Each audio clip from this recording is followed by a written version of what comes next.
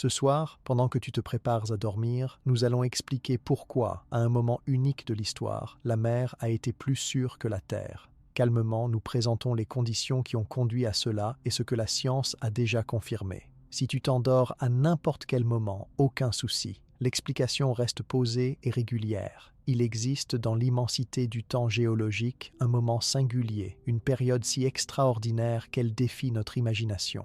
Un moment où la hiérarchie naturelle de la vie sur notre planète s'est trouvée complètement inversée. Imaginez un monde où les océans, habituellement perçus comme des environnements hostiles et impitoyables, sont devenus des havres de paix comparés aux terres émergées. Un monde où survivre sur la terre ferme représentait un défi bien plus redoutable que de naviguer dans les profondeurs marines. Cette période a réellement existé et son histoire est celle de la plus grande catastrophe que la vie terrestre ait jamais connue. Chers voyageurs du temps, bienvenue dans ce récit extraordinaire. Aujourd'hui, nous allons explorer ensemble l'un des chapitres les plus fascinants et les plus terrifiants de l'histoire de notre planète. Nous allons remonter bien au-delà de l'époque des dinosaures, bien avant que les premiers mammifères ne foulent le sol terrestre. Nous allons voyager jusqu'à une époque où la Terre elle-même semblait vouloir effacer toute trace de vie à sa surface. Mais avant de commencer cette aventure extraordinaire, n'oubliez pas de soutenir cette chaîne en aimant cette vidéo et en vous abonnant pour ne rien manquer de nos voyages dans le temps. Merci de votre confiance et installez-vous confortablement pour découvrir le seul moment de l'histoire où la mer était plus sûre que la Terre. Pour comprendre cette période unique, il nous faut d'abord remonter encore plus loin dans le temps, jusqu'à une époque où la vie commençait tout juste à conquérir les continents. Il y a environ 300 millions d'années, la Terre ne ressemble en rien au monde que nous connaissons aujourd'hui. Les continents que nous voyons sur nos cartes actuelles n'existent pas encore dans leur configuration moderne. À la place, un supercontinent titanesque domine la surface du globe. Ce continent géant porte le nom de Pangée, qui signifie toutes les terres en grec ancien. La Pangée représente la quasi-totalité des terres émergées de notre planète, regroupées en une seule et immense masse continentale. Autour de ce supercontinent s'étend un océan tout aussi gigantesque, la Pantalassa, l'océan universel. Cet océan couvre la majeure partie de la surface terrestre et ses eaux s'étendent à perte de vue dans toutes les directions. Entre les deux masses terrestrales principales de la Pangée se dessine une mer intérieure en forme de croissant que les géologues nomment la Thétis. Cette mer deviendra plus tard le berceau d'une biodiversité marine extraordinaire, mais pour l'instant, elle n'est qu'une modeste échancrure dans l'immensité du supercontinent. Le climat de cette époque est marqué par des contrastes extrêmes. L'intérieur de la Pangée connaît des conditions continentales exacerbées. Les régions centrales du supercontinent sont si éloignées des océans que l'humidité ne peut les atteindre. Ces vastes étendues sont dominées par des déserts arides et inhospitaliers, où les températures peuvent varier de façon drastique entre le jour et la nuit, entre les saisons. En revanche, les régions côtières bénéficient d'un climat plus tempéré, avec des précipitations régulières qui permettent à une végétation luxuriante de prospérer. La vie sur Terre à cette époque est déjà remarquablement diversifiée, bien que très différente de ce que nous connaissons aujourd'hui. Les forêts qui recouvrent les régions humides ne ressemblent en rien aux forêts modernes. Elles sont dominées par d'immenses fougères arborescentes qui peuvent atteindre 30 mètres de hauteur. Ces géants végétaux créent des canopées denses où la lumière du soleil peine à filtrer jusqu'au sol forestier. Leurs troncs massifs et leurs frondes élégantes dessinent des paysages d'une beauté étrange et mystérieuse. Aux côtés de ces fougères géantes poussent des prêles arborescentes, des plantes qui aujourd'hui ne dépassent guère quelques dizaines de centimètres, mais qui à cette époque rivalisent avec les plus grands arbres en taille et en majesté. Les conifères primitifs commencent également à faire leur apparition. Ces ancêtres de nos pins et sapins modernes développent des stratégies de reproduction innovantes qui leur permettront de conquérir des environnements plus secs. Contrairement aux fougères qui dépendent de l'eau pour leur reproduction, les conifères produisent des graines qui peuvent germer dans des conditions plus arides. Cette adaptation révolutionnaire leur confère un avantage considérable et préfigure leur future domination sur les écosystèmes terrestres. Dans ces forêts anciennes évoluent des créatures qui défient notre imagination. Les amphibiens règnent en maîtres dans les zones humides. Certains d'entre eux atteignent des tailles impressionnantes, dépassant facilement 3 mètres de longueur. Ces géants amphibies passent une grande partie de leur vie dans l'eau ou à proximité immédiate des plans d'eau où ils chassent poissons et autres proies aquatiques. Leurs larges gueules garnies de dents acérées font d'eux des prédateurs redoutables dans leur environnement. Cependant, comme tous les amphibiens, ils restent dépendants de l'eau pour leur reproduction. Leurs œufs doivent être pondus dans un milieu aquatique et leurs larves passent leur premier stade de développement sous forme de têtards respirant par des branchies. Mais une révolution est en marche dans le monde animal. Certaines créatures ont développé une innovation qui va changer le cours de l'histoire de la vie sur Terre. Ces animaux ont acquis la capacité de pondre des œufs dont la coquille protectrice permet le développement de l'embryon en dehors de l'eau. Cette adaptation, apparemment simple, représente en réalité un bouleversement majeur. Pour la première fois, des vertébrés peuvent se reproduire en s'affranchissant complètement du milieu aquatique. Ces animaux sont les premiers reptiles, et leur apparition marque le début d'une nouvelle ère dans la conquête des continents. Les premiers reptiles sont encore modestes en taille et en diversité. Ils ressemblent à de petits lézards qui se faufilent entre les racines des fougères géantes et chassent des insectes dans la litière forestière, mais leur potentiel évolutif est immense. Libérés de la contrainte de retourner à l'eau pour se reproduire, ils peuvent coloniser des environnements de plus en plus variés et de plus en plus éloignés des zones humides. Au fil des millions d'années, ils vont se diversifier de façon spectaculaire, donnant naissance à une multitude de formes adaptées à tous les modes de vie imaginables. Parmi ces premiers reptiles, certaines lignées développent des caractéristiques qui les distinguent de leurs contemporains. Une de ces lignées mérite une attention particulière, car elle va donner naissance aux animaux qui domineront la Terre pendant toute la période qui nous intéresse. Ces reptiles développent une configuration particulière du crâne, caractérisée par 2 ouvertures temporales de chaque côté de la tête, derrière les orbites. Cette caractéristique anatomique leur vaut le nom de diapsides. Les ouvertures temporales permettent l'insertion de muscles masticateurs plus puissants, ce qui confère à ces animaux une morsure plus efficace. Mais l'importance de cette innovation va bien au-delà de la simple amélioration de la capacité à mordre. Les diapsides vont se diversifier de façon extraordinaire et donner naissance à 2 grands groupes qui marqueront profondément l'histoire de la vie sur Terre. Le premier de ces groupes inclut les ancêtres des lézards, des serpents et de nombreuses autres lignées de reptiles. Le second groupe, qui nous intéresse particulièrement ici, comprend des animaux qui vont développer des caractéristiques encore plus remarquables.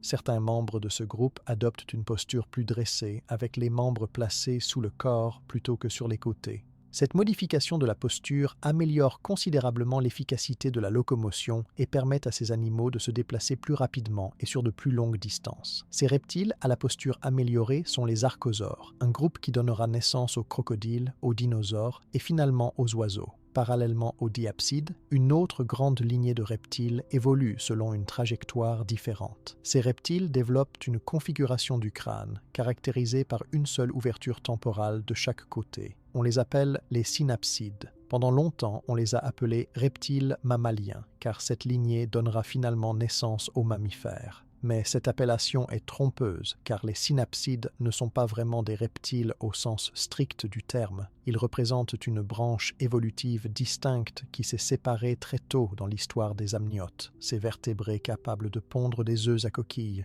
Les synapsides vont connaître une diversification remarquable pendant la période que les géologues appellent le Permien. Cette période, qui s'étend approximativement de 300 millions d'années à 252 millions d'années avant notre époque, voit l'apogée des synapsides. Ces animaux deviennent les vertébrés terrestres dominants, occupant une grande variété de niches écologiques. Certains synapsides deviennent d'énormes herbivores qui broutent la végétation des sous-bois. D'autres se transforment en redoutables prédateurs qui chassent dans les forêts et les plaines. Leur succès est tel qu'ils éclipsent largement les autres groupes de vertébrés terrestres de leur époque. Parmi les synapsides herbivores, les dicynodontes représentent un groupe particulièrement prospère. Ces animaux aux formes trapues possèdent un bec corné qui leur permet de couper efficacement la végétation. La plupart des espèces conservent également une paire de canines qui dépassent de leur mâchoire supérieure, donnant à ces créatures un aspect tout à fait caractéristique. Les dicynodontes varient considérablement en taille. Les plus petits ne dépassent guère la taille d'un rat, tandis que les plus grands peuvent atteindre la taille d'un bœuf moderne. Leur succès évolutif est remarquable, et ils deviennent l'un des groupes d'herbivores les plus abondants et les plus diversifiés de la fin du Permien. Les prédateurs synapsides ne sont pas en reste. Les gorgonopsiens représentent le sommet de la chaîne alimentaire à la fin du Permien. Ces carnivores impressionnants développent de longues canines en forme de sabre qui leur permettent d'infliger des blessures mortelles à leur proie. Leur crâne massif abrite des muscles masticateurs puissants capables de délivrer une morsure dévastatrice. Les plus grands gorgonopsiens peuvent atteindre la taille d'un lion moderne et règnent en maîtres sur les écosystèmes terrestres de leur époque. Leur apparence féroce et leur statut de super-prédateur en font les équivalents écologiques des grands félins de notre époque moderne. D'autres groupes de synapsides carnivores partagent les environnements du Permien. Les thérocéphales, dont le nom signifie tête de bête, représentent un groupe diversifié de prédateurs de taille variée. Certains sont de petits chasseurs agiles qui se nourrissent d'invertébrés et de petits vertébrés. D'autres atteignent des tailles respectables et chassent des proies plus importantes. Les thérocéphales présentent des caractéristiques anatomiques qui suggèrent qu'ils développaient peut-être des adaptations physiologiques avancées. Certains scientifiques pensent qu'ils possédaient peut-être une fourrure rudimentaire et qu'ils étaient capables de maintenir une température corporelle plus stable que celle des reptiles typiques. Les cynodontes représentent un autre groupe de synapsides carnivores qui revêt une importance particulière pour notre histoire. Ces animaux sont relativement modestes en taille à la fin du Permien, la plupart ne dépassant pas la taille d'un chien de taille moyenne. Mais leur importance historique est énorme, car ce sont les ancêtres directs des mammifères. Les cynodontes présentent déjà de nombreuses caractéristiques qui préfigurent celles des mammifères. Leur dentition est différenciée, avec des incisives pour saisir, des canines pour percer et des molaires pour broyer. Cette spécialisation dentaire permet une mastication plus efficace et une meilleure extraction des nutriments de la nourriture. Leur palais secondaire, qui sépare les voies respiratoires de la cavité buccale, leur permet de respirer tout en mangeant, une innovation importante pour maintenir une activité métabolique élevée. Dans les océans de cette époque lointaine, la vie prospère également de façon remarquable. Les mers du Permien abritent une diversité extraordinaire de créatures marines. Les récifs coralliens ne sont pas encore dominés par les coraux que nous connaissons aujourd'hui, mais par d'autres organismes constructeurs de récifs. Les éponges calcaires et les bryozoaires créent des structures récifales complexes qui abritent une multitude d'autres organismes. Les crinoïdes, ces animaux filtreurs apparentés aux étoiles de mer et aux oursins, prolifèrent en telle abondance que leurs fossiles forment des couches rocheuses entières. Fixés au fond marin par une longue tige, ils déploient leurs bras ramifiés dans le courant pour capturer les particules nutritives en suspension. Les brachiopodes, ces animaux à coquilles bivalves qui ressemblent superficiellement aux mollusques bivalves mais appartiennent en réalité à un embranchement totalement différent, tapissent le fond des mers. Des centaines d'espèces différentes coexistent, chacune occupant une niche écologique spécifique. Certains vivent fixés aux rochers, d'autres s'enfouissent partiellement dans les sédiments, d'autres encore se cimentent les uns aux autres pour former de véritables tapis vivants sur le fond océanique. Les brachiopodes sont si abondants et si diversifiés qu'ils constituent l'un des groupes d'invertébrés marins les plus prospères de l'ère paléozoïque. Les trilobites, ces arthropodes marins qui ont dominé les océans pendant plus de 250 millions d'années, sont encore présents à la fin du Permien, mais leur diversité a considérablement diminué par rapport à leur apogée. Autrefois comptant des milliers d'espèces différentes, ils ne sont plus représentés que par quelques dizaines d'espèces à la fin du Permien. Ces survivants occupent des niches écologiques spécialisées, souvent dans les eaux plus profondes ou dans des environnements particuliers. Leur déclin progressif préfigure leur disparition complète qui surviendra bientôt. Les ammonoïdes, ces céphalopodes à coquilles enroulées apparentés aux actuels nautiles, connaissent au contraire une grande diversification au Permien. Leurs coquilles élégamment spiralées se déclinent en une multitude de formes et de tailles. Les plus petites ne dépassent guère quelques centimètres de diamètre, tandis que les plus grandes peuvent atteindre plus de 50 centimètres. Ces prédateurs mobiles nagent activement dans la colonne d'eau en utilisant la propulsion par réaction, expulsant l'eau de leur cavité paléale pour se propulser rapidement. Leurs tentacles munis de crochets leur permettent de capturer poissons et autres proies avec une grande efficacité. Les poissons eux-mêmes présentent une diversité remarquable dans les océans du Permien. Les poissons cartilagineux, ancêtres des requins et des raies modernes, ont déjà développé les caractéristiques principales de leurs descendants actuels. Certains requins du Permien atteignent des tailles impressionnantes et règnent au sommet des chaînes alimentaires marines. D'autres espèces plus modestes occupent diverses niches écologiques, des chasseurs pélagiques rapides aux prédateurs benthiques qui fouillent le fond à la recherche de proies. Les poissons osseux sont également bien représentés, avec de nombreuses lignées qui explorent différentes stratégies de vie. Certains développent des nageoires robustes et charnues qui préfigurent les membres des futurs vertébrés terrestres, bien que cette transition ait déjà eu lieu des dizaines de millions d'années auparavant.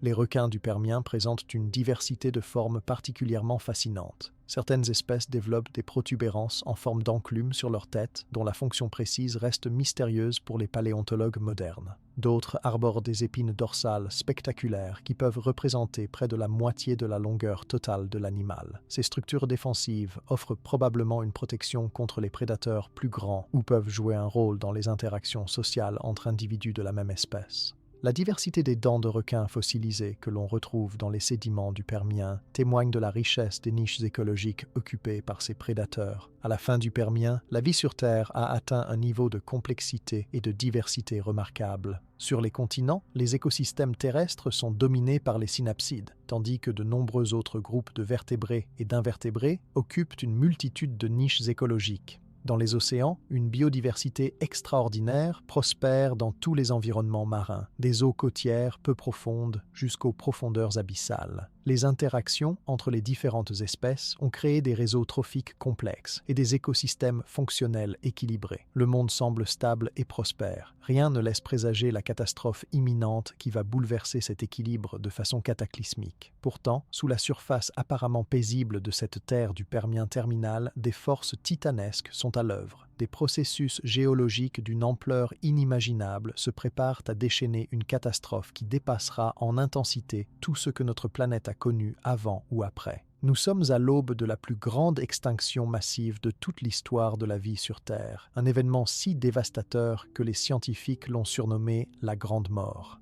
Cette catastrophe va effacer près de 95% de toutes les espèces marines et 70% des espèces terrestres de vertébrés. Pour comprendre ce qui va se produire et pourquoi les océans deviendront paradoxalement plus sûrs que les continents, il nous faut examiner les causes de cette extinction et la nature des bouleversements qu'elle va engendrer. L'histoire de cette catastrophe commence dans les profondeurs de la Terre, là où le manteau terrestre bouillonnant génère des mouvements de convection colossaux. Ces courants de roches en fusion, animés par la chaleur interne de notre planète, exercent des pressions gigantesques sur la croûte terrestre rigide qui flotte à la surface. À la fin du Permien, ces forces profondes provoquent un événement volcanique d'une ampleur sans précédent dans l'histoire récente de la Terre. Dans une région qui correspond aujourd'hui à la Sibérie centrale, le manteau terrestre perce littéralement la croûte continentale. Ce n'est pas une simple éruption volcanique, même d'ampleur exceptionnelle. C'est un phénomène d'une toute autre nature et d'une toute autre échelle. Ce que les géologues appellent les trappes de Sibérie représente l'un des plus grands événements d'épanchement de lave de toute l'histoire de la Terre.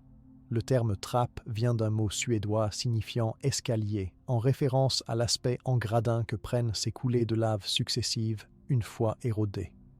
Mais cette appellation anodine ne rend pas justice à l'ampleur phénoménale du phénomène.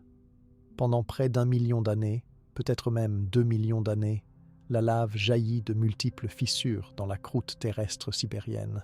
Ce ne sont pas des éruptions explosives comme celles que nous connaissons aujourd'hui, mais des épanchements massifs de lave fluide qui se répandent sur des distances considérables. La quantité de lave émise défie l'imagination. Les coulées successives recouvrent une surface de plus de 7 millions de kilomètres carrés, une zone comparable à celle de l'Australie moderne. L'épaisseur moyenne des empilements de lave dépasse 1 km, atteignant par endroits plus de 3 km d'épaisseur. Le volume total de roches volcaniques produit est estimé à environ 3 millions de kilomètres cubes. Pour donner une idée de ce que cela représente, une telle quantité de lave suffirait à recouvrir l'ensemble de la surface des terres émergées actuelles sous une couche d'environ 20 mètres d'épaisseur. L'éruption du Vésuve en l'an 79, qui a détruit Pompéi et Herculanum et qui reste gravée dans la mémoire collective comme l'archétype de la catastrophe volcanique, n'a produit qu'environ 4 km3 de matériaux. L'événement des trappes de Sibérie est donc plusieurs centaines de milliers de fois plus massif, mais la lave elle-même n'est pas le principal danger de cet événement volcanique titanesque. Ce qui va véritablement bouleverser la planète, ce sont les gaz libérés par ces éruptions. Lorsque le magma remonte vers la surface et que la pression diminue, les gaz dissous dans la roche en fusion s'échappent brutalement, comme le gaz carbonique qui jaillit d'une bouteille de boisson gazeuse lorsqu'on l'ouvre. Les quantités de gaz libérées sont phénoménales. Des milliards de tonnes de dioxyde de carbone sont injectées dans l'atmosphère. Ce gaz à effet de serre va piéger la chaleur du soleil et provoquer un réchauffement climatique rapide et intense.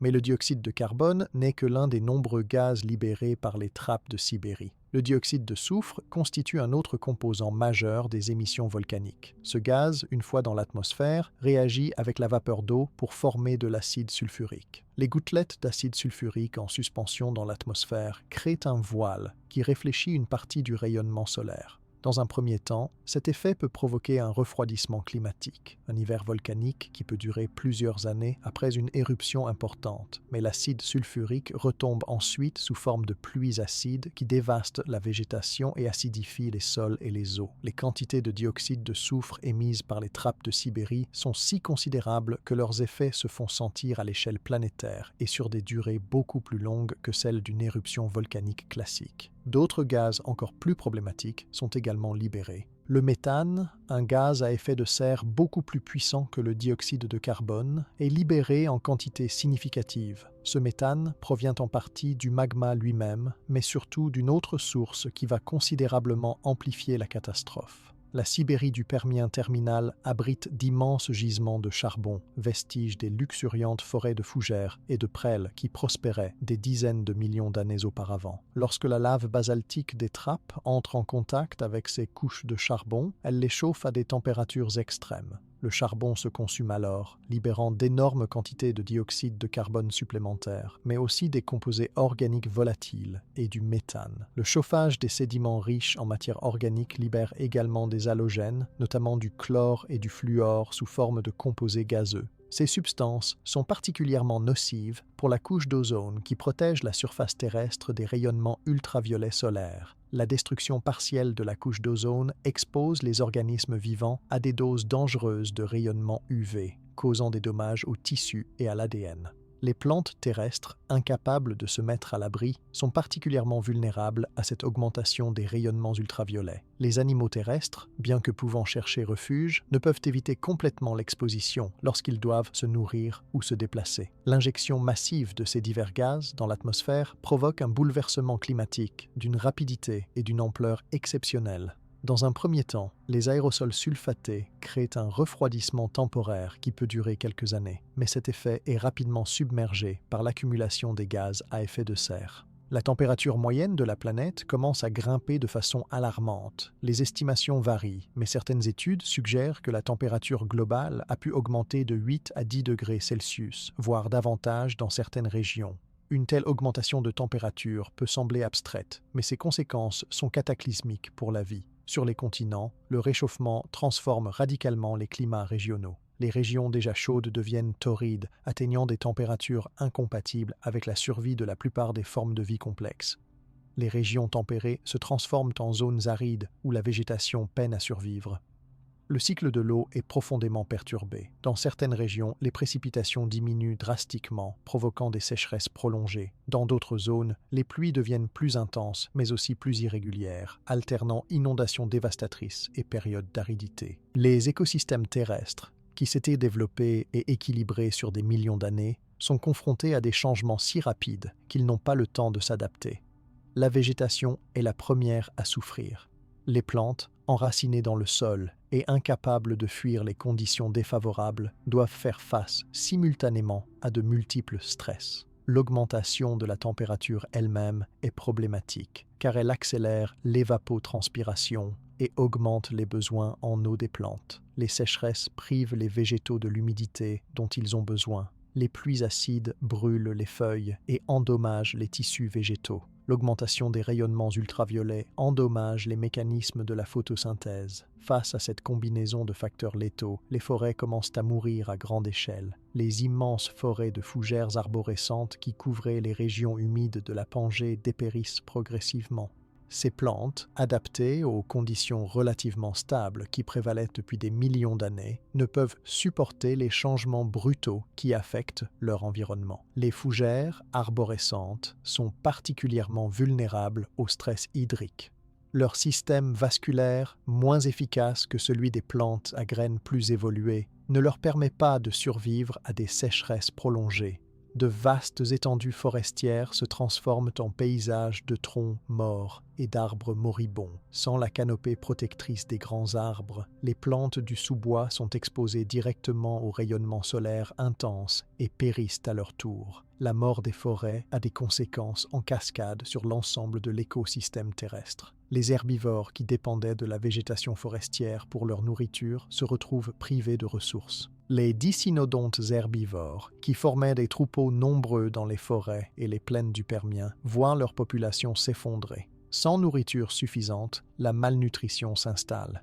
Les individus affaiblis deviennent plus vulnérables aux maladies et aux parasites. Le taux de mortalité augmente dramatiquement et le taux de natalité chute car les femelles sous-alimentées ne peuvent plus se reproduire avec succès. Les populations d'herbivores, autrefois florissantes, déclinent rapidement vers l'extinction. La disparition des herbivores entraîne à son tour le déclin des carnivores. Les gorgonopsiens et autres prédateurs au sommet de la chaîne alimentaire dépendent des herbivores pour leur subsistance. Lorsque leur proie se raréfie, les prédateurs commencent eux aussi à souffrir de la faim. Leur métabolisme élevé exige un apport constant en nourriture, et l'absence de proie suffisante condamne rapidement ces grands carnivores. Les espèces les plus spécialisées, celles qui se nourrissaient exclusivement de certains types de proies, sont les premières à disparaître. Les généralistes persistent un peu plus longtemps en se rabattant sur des proies alternatives ou en se nourrissant de charognes, mais eux aussi finissent par succomber lorsque l'ensemble de l'écosystème s'effondre. Les températures extrêmes posent également un problème physiologique direct pour les animaux terrestres. La plupart des synapsides du Permien, bien que montrant certains signes d'endothermie naissante, ne possèdent probablement pas encore les mécanismes sophistiqués de thermorégulation des mammifères modernes. Lorsque la température ambiante dépasse un certain seuil, ces animaux ne peuvent plus dissiper efficacement la chaleur de leur corps. La surchauffe devient un danger mortel, particulièrement pour les grandes espèces dont le rapport surface sur volume est défavorable à la dissipation thermique.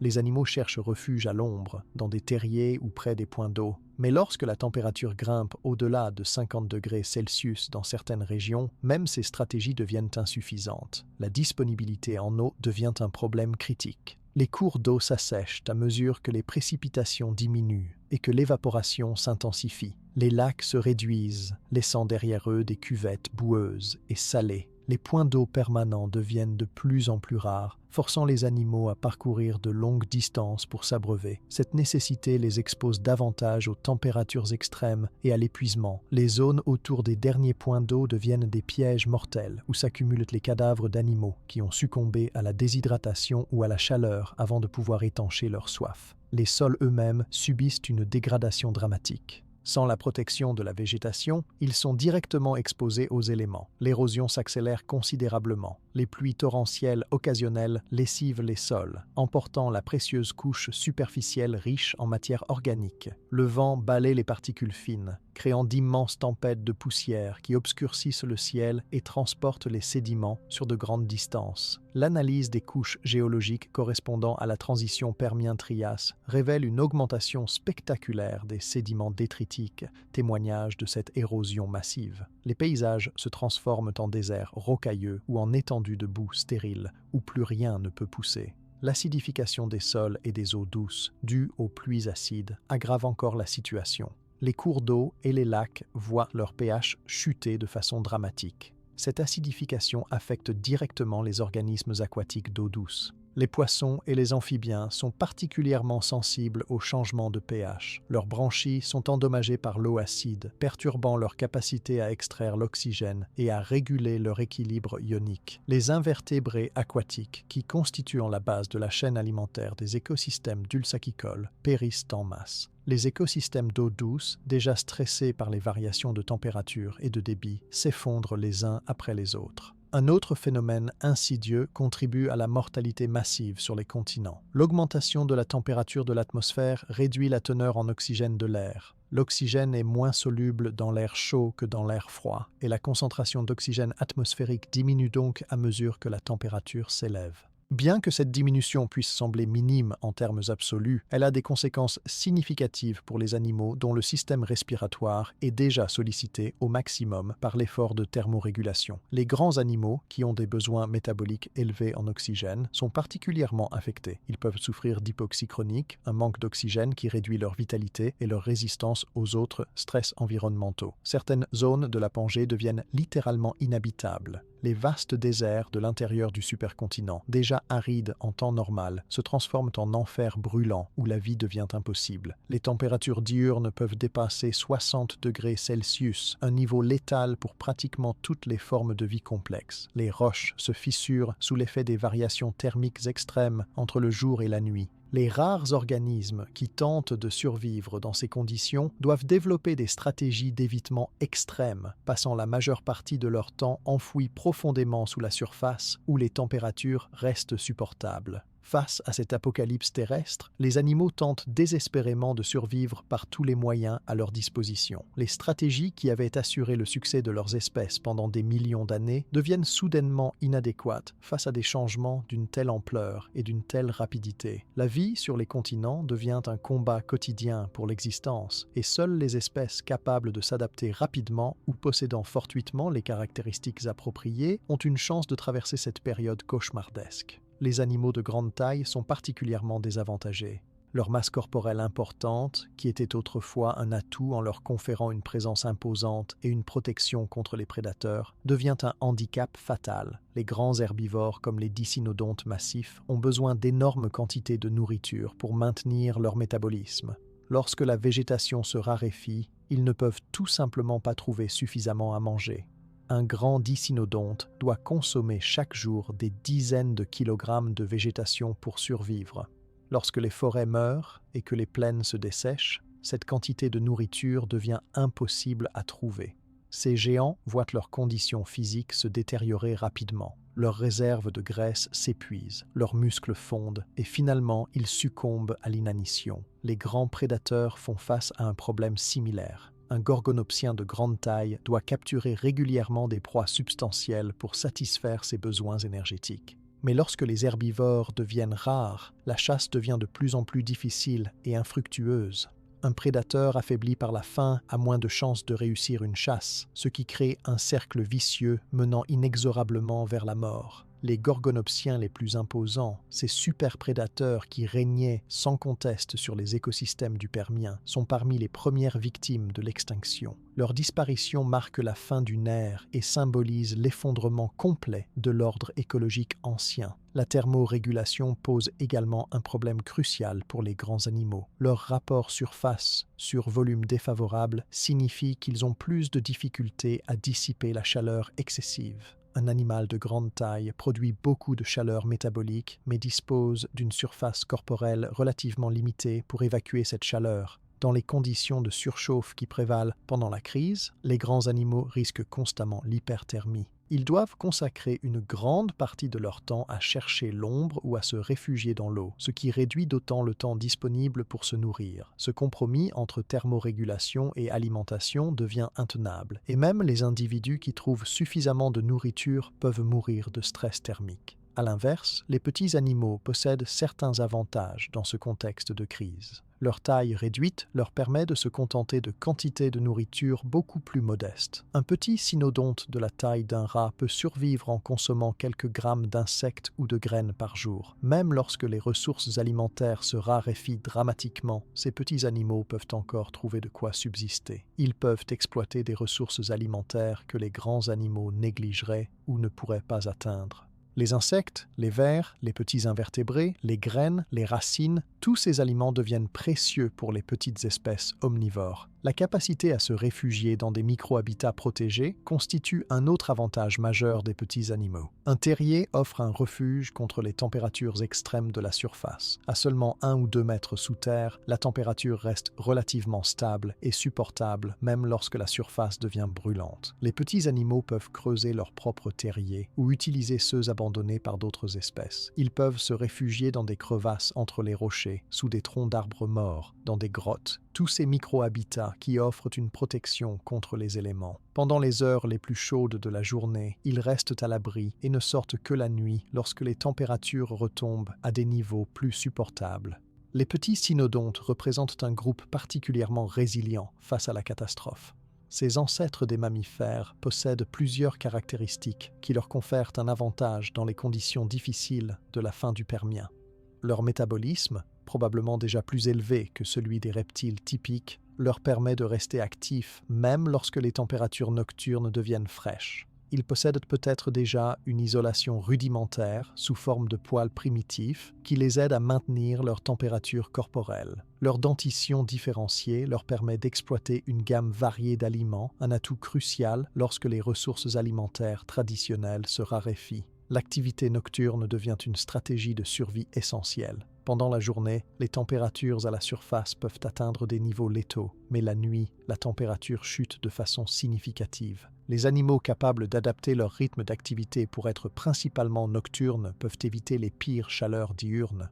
Cette adaptation comportementale nécessite certaines modifications physiologiques. Les animaux nocturnes doivent posséder de bons sens de l'odorat et de l'ouïe pour compenser la vision réduite dans l'obscurité. Ils doivent être capables de maintenir leur température corporelle pendant les nuits fraîches, ce qui favorise le développement de l'endothermie. Les cynodontes présentent justement des adaptations sensorielles qui suggèrent un mode de vie possiblement nocturne ou crépusculaire. Leurs orbites relativement grandes indiquent de grands yeux capables de capter un maximum de lumière dans des conditions de faible luminosité. Leur museau allongé abrite probablement un système olfactif développé. Les analyses de la structure interne de leurs os crâniens révèlent des passages pour des nerfs olfactifs bien développés. Leur ouïe était probablement également sensible, leur permettant de détecter le moindre bruit de proie potentielle ou de prédateur dans l'obscurité. La capacité à entrer en état de dormance ou de torpeur représente une autre adaptation cruciale pour la survie dans des conditions extrêmes. Certains animaux peuvent ralentir drastiquement leur métabolisme pendant les périodes les plus défavorables, réduisant ainsi leurs besoins en nourriture et en eau. Pendant la torpeur, la température corporelle diminue, le rythme cardiaque ralentit et la respiration devient superficielle. L'animal entre dans un état de vie ralenti qui lui permet de traverser des périodes de plusieurs jours ou même plusieurs semaines sans s'alimenter. Cette stratégie est particulièrement utile lorsque les conditions environnementales rendent la recherche de nourriture dangereuse ou infructueuse. Il n'existe pas de preuve directe que les synapsides du Permien étaient capables de torpeur, mais certains indices suggèrent que cette capacité a pu évoluer en réponse aux stress environnementaux de la période. La torpeur est une caractéristique ancienne qui existe chez de nombreux mammifères modernes, des marsupiaux aux primates, en passant par les rongeurs. Il est possible que cette capacité ait des racines très anciennes remontant aux cynodontes du Permien et du Trias. Les individus capables d'entrer en torpeur pendant les périodes les plus difficiles auraient eu un avantage sélectif significatif, favorisant la propagation de cette adaptation dans les populations survivantes. L'opportunisme alimentaire devient une nécessité absolue. Les animaux aux régimes alimentaires spécialisés, qui ne consomment qu'un type particulier de nourriture, sont extrêmement vulnérables lorsque cette nourriture disparaît. En revanche, les omnivores capables de manger pratiquement tout ce qui est comestible ont beaucoup plus de chances de trouver de quoi se nourrir, même dans un environnement appauvri. Les cynodontes sont probablement déjà des omnivores opportunistes. Leur dentition suggère qu'ils peuvent consommer aussi bien de la viande que de la matière végétale. Ils peuvent chasser de petits animaux, mais aussi se nourrir d'insectes, de vers, de charognes, de graines, de racines et de tout autre aliment disponible. La nécrophagie devient une stratégie alimentaire importante pendant la crise. Avec tant d'animaux qui meurent de chaleur, de faim ou de soif, les charognes ne manquent pas. Les charognards qui peuvent localiser et consommer ces carcasses disposent d'une source de nourriture relativement abondante. Cependant, se nourrir de charognes dans des conditions de chaleur extrême comporte ses propres risques. Les carcasses se décomposent rapidement dans la chaleur, devenant des foyers de bactéries pathogènes. Les animaux qui consomment de la viande avariée risquent des infections et des intoxications alimentaires. Seules les espèces dotées de systèmes digestifs robustes capables de gérer une nourriture de qualité médiocre peuvent exploiter efficacement cette ressource. Les zones côtières offrent des conditions légèrement plus clémentes que l'intérieur des continents. La proximité de l'océan modère les températures extrêmes grâce à l'inertie thermique de l'eau. Les brises marines apportent un peu de fraîcheur et d'humidité. Les animaux capables de se déplacer vers les côtes ont donc de meilleures chances de survie que ceux qui restent piégés à l'intérieur du supercontinent. On observe d'ailleurs dans les archives fossiles une tendance des espèces survivantes à se concentrer dans les régions côtières pendant et immédiatement après la crise d'extinction.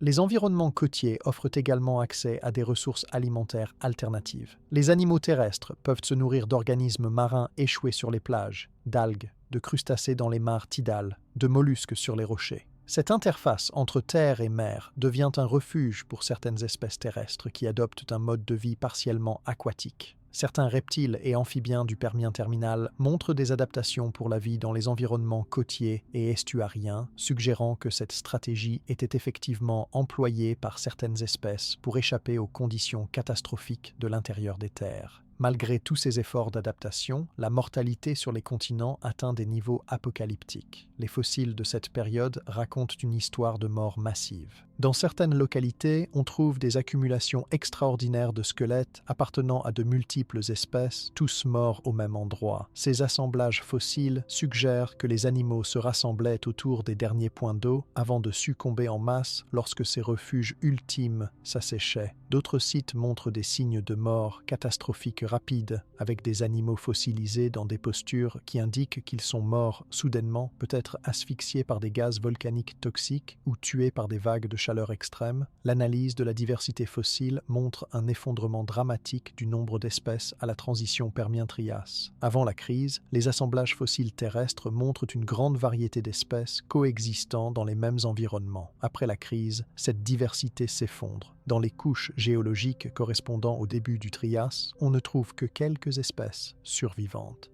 Les écosystèmes complexes et diversifiés du Permien terminal ont été remplacés par des communautés appauvries dominées par un petit nombre d'espèces opportunistes. Les synapsides, qui dominaient les écosystèmes terrestres depuis des dizaines de millions d'années, sont particulièrement touchés. La plupart des grandes lignées s'éteignent complètement. Les gorgonopsiens disparaissent sans laisser de descendants. Les dicynodontes, autrefois incroyablement diversifiés avec des centaines d'espèces, sont réduits à une poignée de lignées survivantes. Les thérocéphales connaissent un déclin similaire. Seuls les cynodontes s'en sortent relativement mieux, et même parmi eux, de nombreuses lignées disparaissent. Les espèces qui survivent sont généralement de petite taille et probablement capables de se réfugier dans des terriers. D'autres groupes de vertébrés terrestres sont également décimés. Les amphibiens, nombreux et diversifiés au Permien, voient la plupart de leurs lignées s'éteindre. Leur dépendance à l'eau pour la reproduction les rend particulièrement vulnérables lorsque les cours d'eau et les lacs s'assèchent. Les reptiles parareptiliens, un groupe diversifié de reptiles primitifs qui n'appartiennent ni aux diapsides ni aux synapsides, sont presque entièrement éliminés. Seules quelques lignées survivent pour coloniser le Trias. Même les insectes, habituellement très résistants aux extinctions en raison de leur petite taille, de leur grande diversité et de leur cycle de vie court, subissent des pertes significatives. C'est la seule extinction massive connue qui ait substantiellement affecté la diversité des insectes. Alors que la vie sur les continents traverse cette période d'agonie, que se passe-t-il dans les océans? Les mers du Permien terminal ne sont pas épargnées par la catastrophe. Les mêmes forces qui dévastent les terres émergées affectent également les environnements marins, mais d'une manière différente, qui, paradoxalement, rend l'océan légèrement moins mortel que la Terre. Cette distinction cruciale explique pourquoi, pour la seule fois dans l'histoire connue de notre planète, la mer devient un refuge plus sûr que le continent. Les gaz émis par les trappes de Sibérie ne restent pas confinés à l'atmosphère. Le dioxyde de carbone atmosphérique se dissout dans l'eau de mer où il réagit chimiquement pour former de l'acide carbonique. Ce processus, que l'on appelle l'acidification des océans, modifie la chimie fondamentale de l'eau de mer. Le pH de l'océan diminue, rendant l'eau plus acide. Cette acidification a des conséquences graves pour de nombreux organismes marins, en particulier ceux qui construisent des coquilles ou des squelettes calcaires. Le carbonate de calcium, le matériau dont sont faites ces structures, devient plus difficile à précipiter dans une eau plus acide. Dans les cas extrêmes, les coquilles existantes peuvent même commencer à se dissoudre. Le réchauffement climatique affecte également les océans de manière profonde. L'augmentation de la température atmosphérique se transmet à l'eau de mer, provoquant un réchauffement des océans. Cependant, l'eau a une capacité thermique beaucoup plus élevée que l'air, ce qui signifie qu'elle se réchauffe plus lentement. Cette inertie thermique de l'océan signifie que les températures marines augmentent de façon moins brutale et moins extrême que les températures terrestres. Alors que certaines régions continentales peuvent voir leur température grimper de 20 degrés Celsius ou plus, les océans se réchauffent de quelques degrés seulement. Cette différence, bien que semblant modeste, est cruciale pour la survie des organismes marins. Néanmoins, même un réchauffement modéré des océans a des conséquences significatives. L'eau chaude contient moins d'oxygène dissous que l'eau froide. À mesure que les océans se réchauffent, la quantité d'oxygène disponible pour les organismes marins diminue. Ce phénomène est exacerbé par un autre processus insidieux. Le réchauffement des eaux de surface crée une stratification thermique plus prononcée dans l'océan. Les eaux chaudes de surface, moins denses, restent en haut et ne se mélangent plus aussi efficacement avec les eaux profondes plus froides. Or, c'est le mélange des eaux qui permet de renouveler l'oxygène des profondeurs. Lorsque ce mélange s'affaiblit, les eaux profondes deviennent progressivement anoxiques, c'est-à-dire dépourvues d'oxygène. L'anoxie océanique représente l'une des conséquences les plus dévastatrices de la crise du Permien-Trias pour la vie marine. Dans les zones anoxiques, seules les bactéries anaérobies peuvent survivre. Ces bactéries utilisent des processus métaboliques qui ne nécessitent pas d'oxygène et qui produisent souvent des composés toxiques comme le sulfure d'hydrogène. À mesure que les zones anoxiques s'étendent, la vie marine complexe est repoussée dans des zones de plus en plus restreintes où l'oxygène reste disponible. Les organismes benthiques, qui vivent sur ou dans les fonds marins, sont particulièrement vulnérables car les eaux profondes sont les premières à devenir anoxiques. Les analyses géochimiques des roches sédimentaires marines déposées à la fin du Permien confirment l'existence d'une anoxie océanique généralisée. Ces roches montrent des signatures caractéristiques de dépôt dans des conditions pauvres en oxygène. Elles sont souvent de couleur noire en raison de leur richesse en matière organique non décomposée et en sulfure de fer. L'absence de traces de bioturbation, ces perturbations des sédiments causées par les organismes fouisseurs, indiquent que le fond marin était devenu inhabitable. Les fossiles d'organismes benthiques deviennent extrêmement rares dans ces couches, témoignant de l'effondrement de la vie sur les fonds marins. Certaines études suggèrent que l'anoxie aurait pu, dans certaines régions, atteindre des zones relativement peu profondes, voire occasionnellement la surface de l'océan. Des remontées d'eaux anoxiques chargées de sulfure d'hydrogène auraient pu ponctuellement atteindre la zone photique. Le sulfure d'hydrogène est un gaz toxique qui aurait empoisonné les organismes marins de surface et, s'échappant dans l'atmosphère, aurait pu également affecter les organismes terrestres des régions côtières. Ces événements catastrophiques, bien que probablement intermittents et localisés, auraient contribué à la mortalité massive observée à la fin du Permien.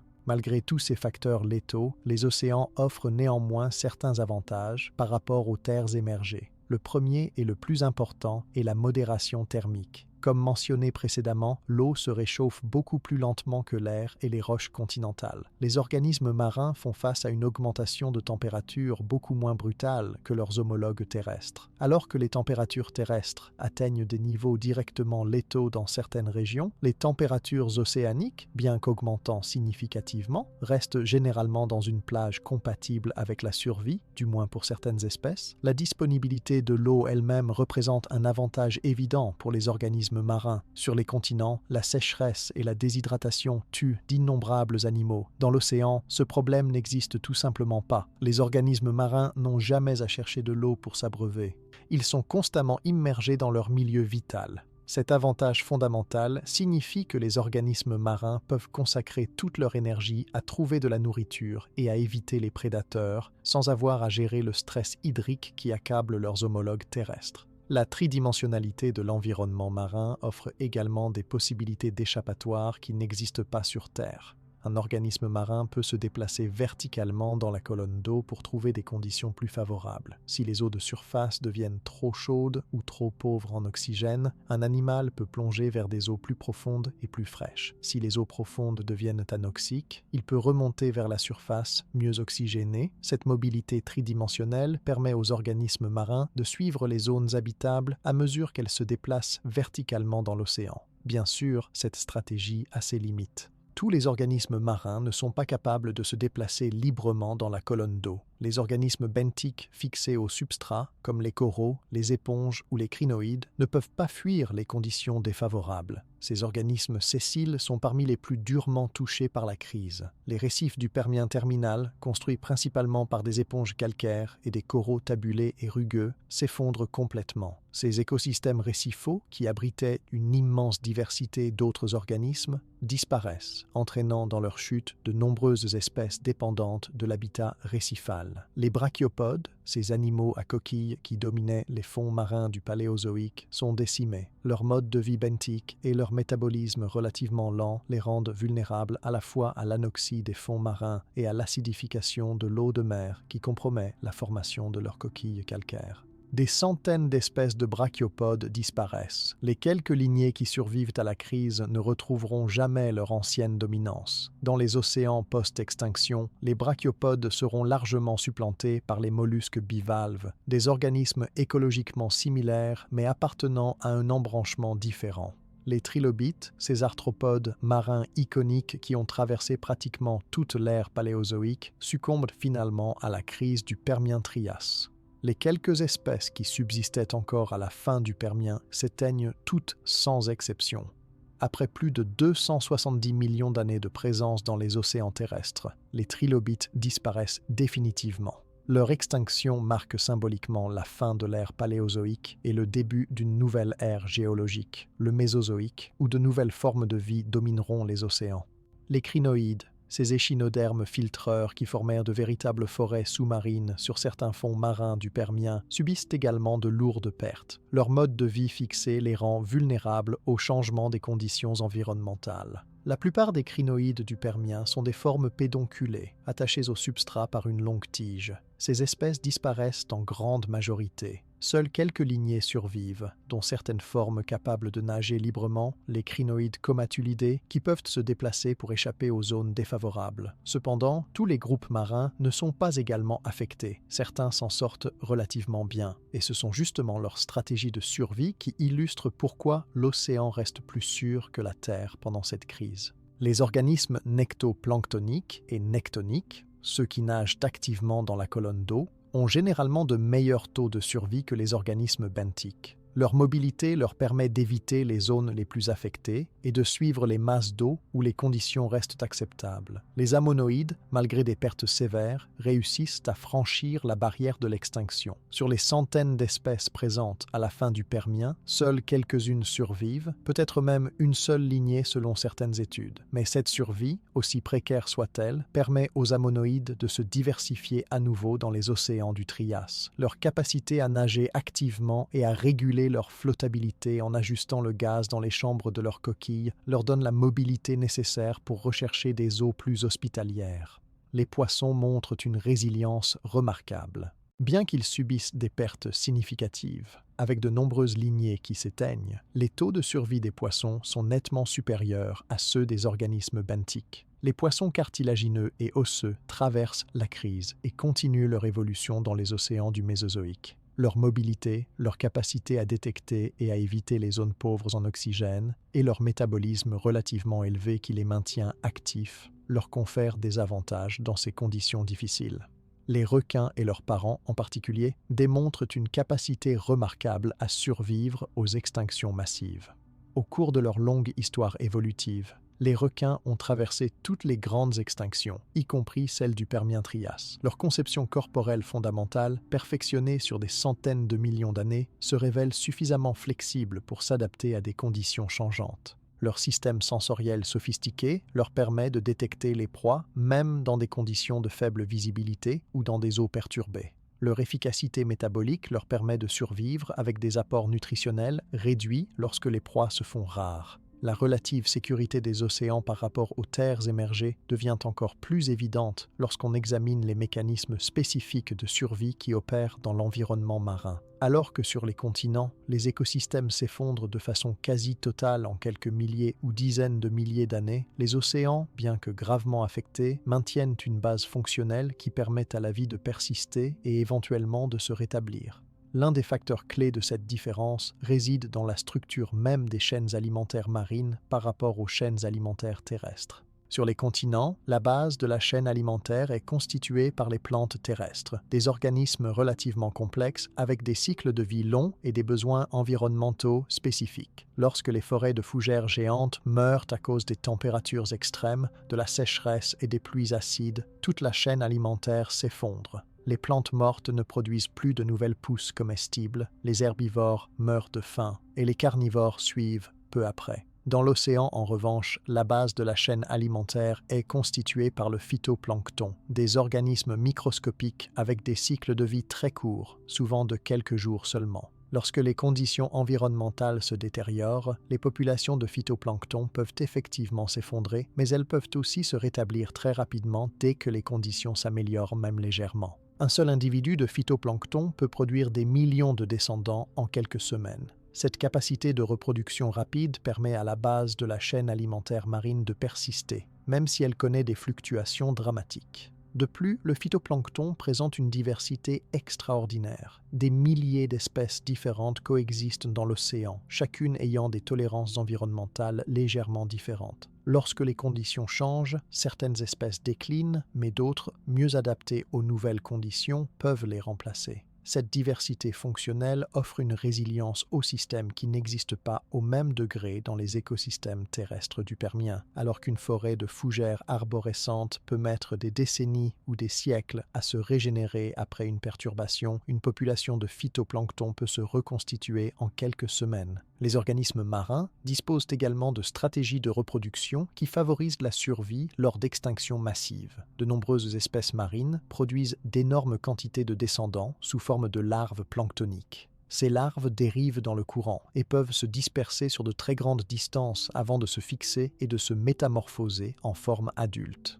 Cette stratégie reproductive, bien que très coûteuse en termes de mortalité larvaire dans des conditions normales, présente des avantages durant une crise. Les larves peuvent atteindre des zones refuges éloignées où les conditions restent favorables. Une seule femelle peut produire des millions de larves, augmentant la probabilité que certaines trouvent un habitat propice. La capacité de nombreux invertébrés marins à réduire leur métabolisme et à entrer en état de dormance constitue une autre adaptation cruciale. Certains mollusques, crustacés et autres invertébrés peuvent fermer hermétiquement leurs coquilles ou leurs carapaces et réduire drastiquement leur activité métabolique lorsque les conditions deviennent défavorables. Dans cet état de vie ralenti, ils peuvent survivre pendant des périodes prolongées sans se nourrir et en résistant à des stress environnementaux importants. Lorsque les conditions s'améliorent, ils peuvent sortir de leur torpeur et reprendre une vie active. Les zones refuges jouent un rôle crucial dans la survie de la faune marine durant la crise. Malgré la généralisation des conditions défavorables, certaines régions océaniques maintiennent des conditions relativement plus clémentes. Les zones de haute latitude, où les températures plus fraîches persistent malgré le réchauffement global, peuvent servir de refuge pour les espèces capables de tolérer des eaux plus froides.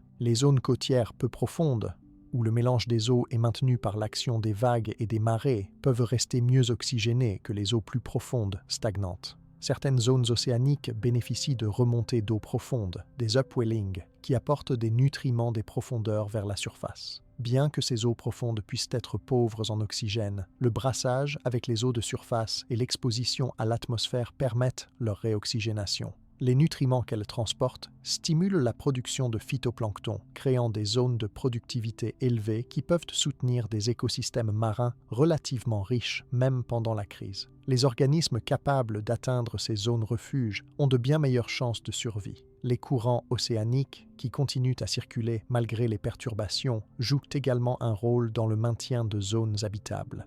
Les courants transportent de l'eau oxygénée depuis les zones où elle est en contact avec l'atmosphère vers des régions qui autrement deviendraient anoxiques. Ils distribuent également les larves et les organismes planctoniques, permettant la recolonisation des zones qui se rétablissent.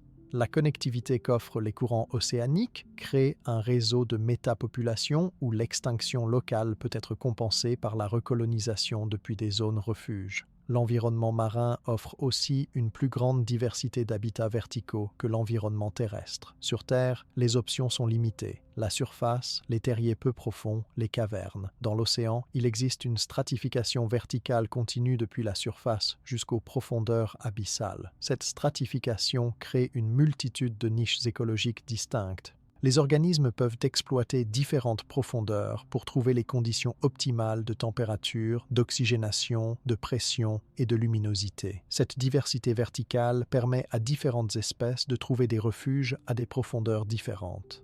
Les migrations verticales journalières, un comportement observé chez de nombreux organismes marins modernes et probablement déjà présent chez certaines espèces du Permien, permettent d'exploiter différentes zones à différents moments.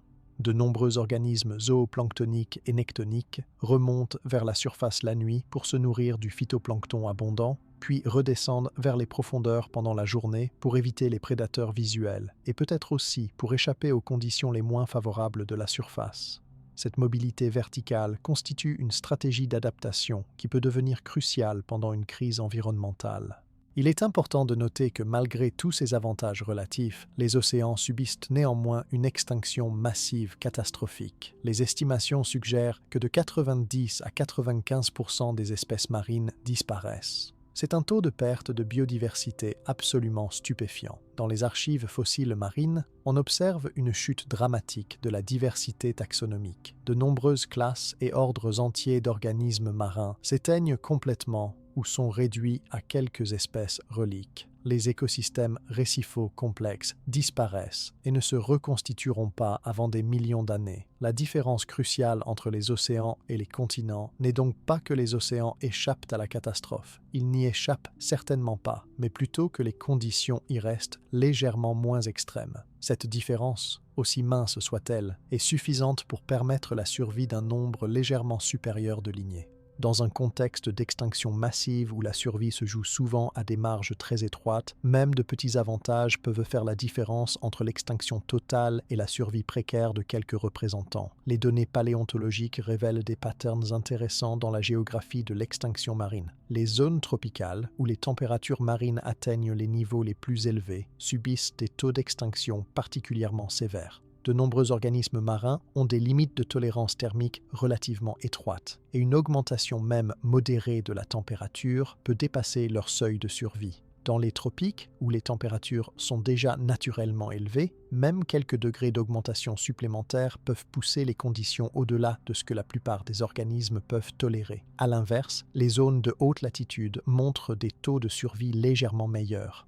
Les eaux plus froides de ces régions, même réchauffées par la crise climatique, restent dans une plage thermique plus compatible avec la survie. Certaines espèces tropicales peuvent même avoir migré vers les hautes latitudes pour échapper aux températures excessives, une stratégie de déplacement de l'aire de répartition que l'on observe également dans le contexte du changement climatique actuel. Les fossiles du début du Trias montrent effectivement certaines faunes dont les affinités suggèrent une origine dans des latitudes plus basses.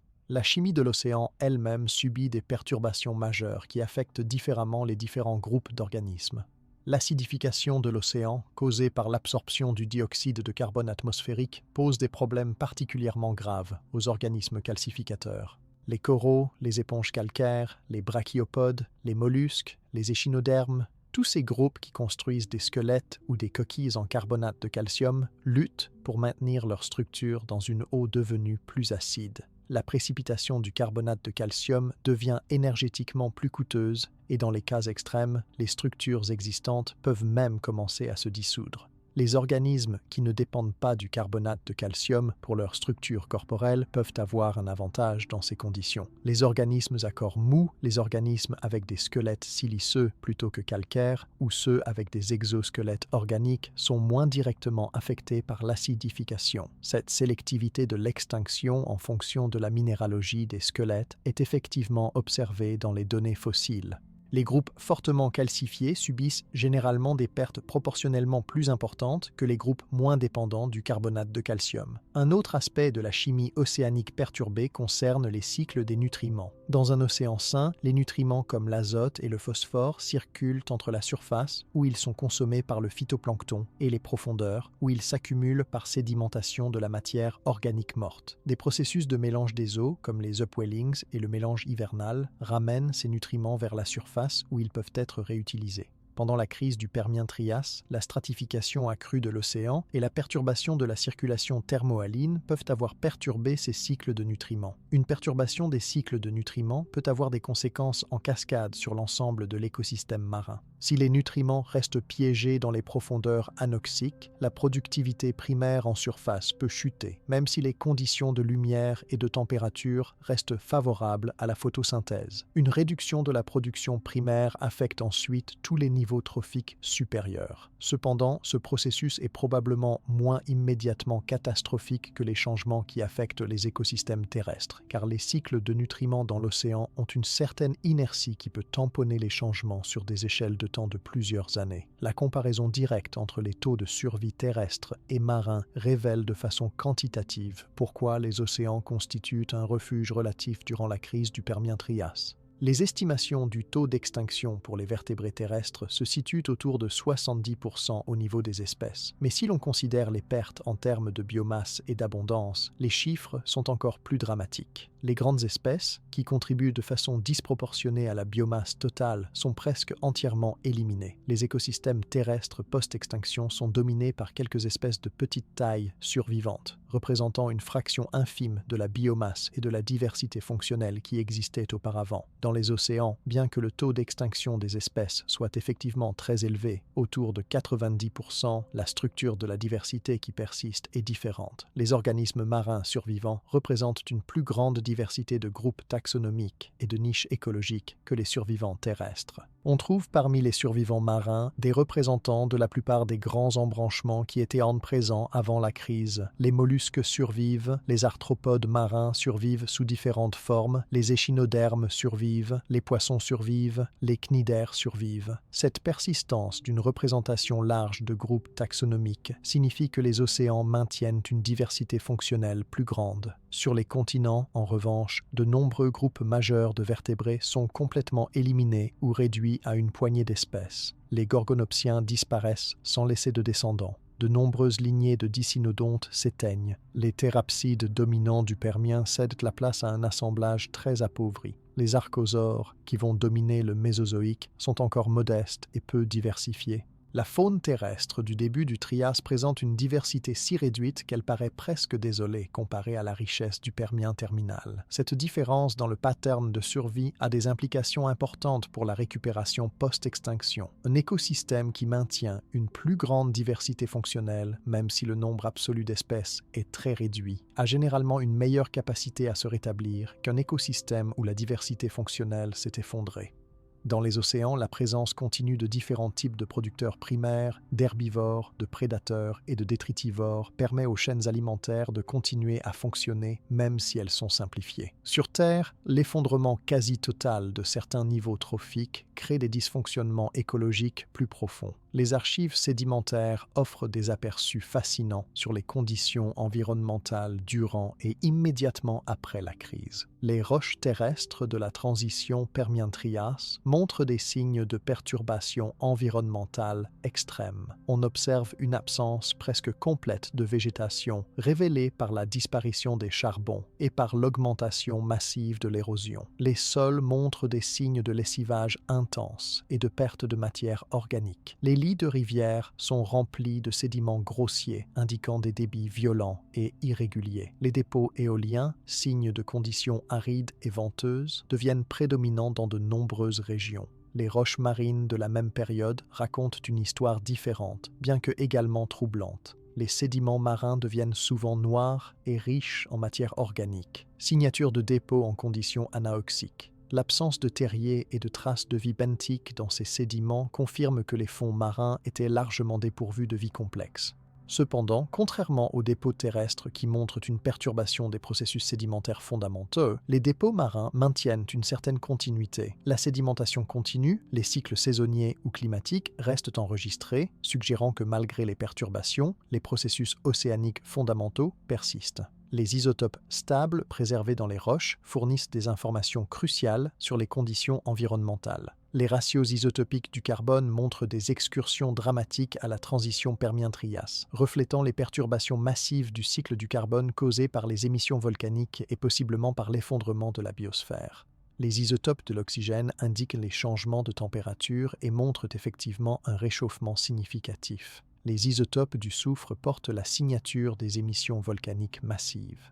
Tous ces traceurs géochimiques confirment l'ampleur des perturbations environnementales. Certains indicateurs géochimiques suggèrent que les perturbations dans les océans, bien que sévères, ont été légèrement moins extrêmes ou moins persistantes que sur les continents. Par exemple, les excursions isotopiques dans les sections marines, bien que très prononcées, montrent parfois un retour plus rapide vers des valeurs normales que les sections terrestres correspondantes. Cela pourrait indiquer que les conditions dans les océans se sont stabilisées plus rapidement, permettant un début de récupération plus précoce. L'inertie thermique de l'océan, qui retarde le réchauffement initial, joue également en faveur de la vie marine lors du refroidissement, ralentissant la baisse de température et évitant des fluctuations thermiques trop brutales. Le timing de l'extinction présente également des différences intéressantes entre les environnements terrestres et marins.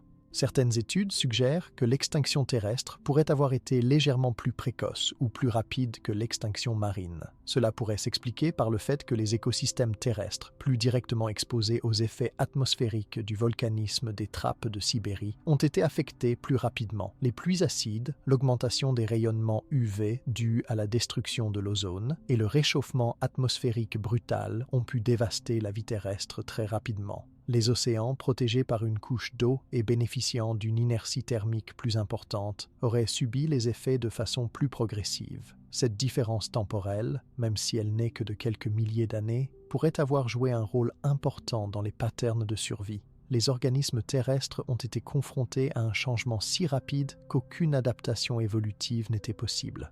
Seules les espèces qui possédaient fortuitement des caractéristiques préadaptées ont pu survivre. Les organismes marins, face à des changements légèrement plus graduels, ont peut-être eu un peu plus de temps pour ajuster leur répartition géographique, pour exploiter des refuges ou pour que certaines adaptations comportementales émergent. Les simulations climatiques modernes tentant de reconstituer les conditions du Permien terminal confirment que les températures terrestres auraient atteint des extrêmes bien plus élevés que les températures océaniques. Les modèles suggèrent que certaines régions continentales, particulièrement dans l'intérieur de la Pangée, auraient pu expérimenter des températures estivales dépassant 50 degrés Celsius, un niveau où la plupart des processus biologiques s'interrompent. En revanche, même les océans tropicaux les plus chauds seraient restés en dessous de 40 degrés, une température certes très élevée et stressante pour de nombreux organismes, mais encore compatible avec la survie pour certains. La végétation joue un rôle critique dans la modération des températures terrestres, et son effondrement a créé une boucle de rétroaction positive aggravant le réchauffement. Les plantes, par le processus d'évapotranspiration, rejettent de l'eau dans l'atmosphère, ce qui a un effet refroidissant. La canopée forestière fournit également de l'ombre qui protège le sol du rayonnement solaire direct. Lorsque les forêts meurent, ces effets modérateurs disparaissent. Le sol nu absorbe plus de rayonnement solaire, s'échauffe davantage et transmet cette chaleur à l'atmosphère proche du sol.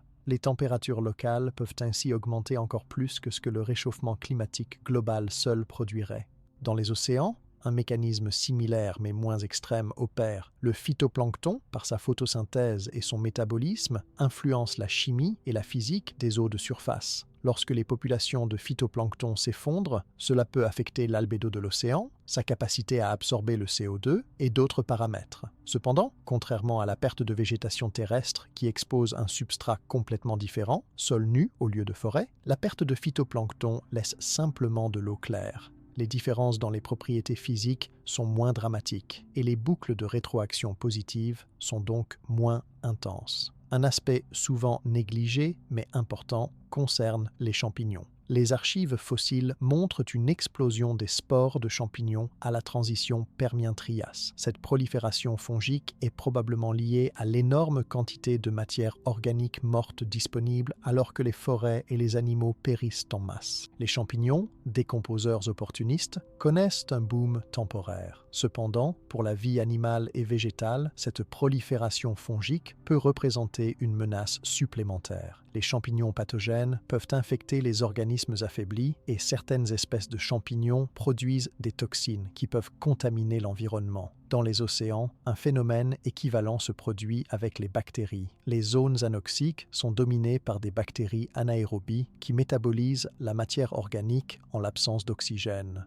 Certaines de ces bactéries, notamment celles qui réduisent les sulfates, produisent du sulfure d'hydrogène, un gaz toxique. Les concentrations élevées de sulfure d'hydrogène dans les eaux anoxiques peuvent empoisonner les organismes qui s'aventurent dans ces zones. Cependant, l'océan étant vaste et tridimensionnel, les organismes mobiles peuvent éviter ces zones toxiques en se déplaçant horizontalement ou verticalement, une option moins disponible pour les organismes terrestres, confrontés à une atmosphère uniformément perturbée. Les zones côtières représentent une interface critique entre les catastrophes terrestres et marines. Ces environnements de transition subissent les impacts des deux domaines. L'érosion massive des continents déverse d'énormes quantités de sédiments dans les eaux côtières, étouffant potentiellement les organismes marins peu profonds. Les eaux de ruissellement apportent des contaminants terrestres. Cependant, les zones côtières offrent aussi certaines opportunités.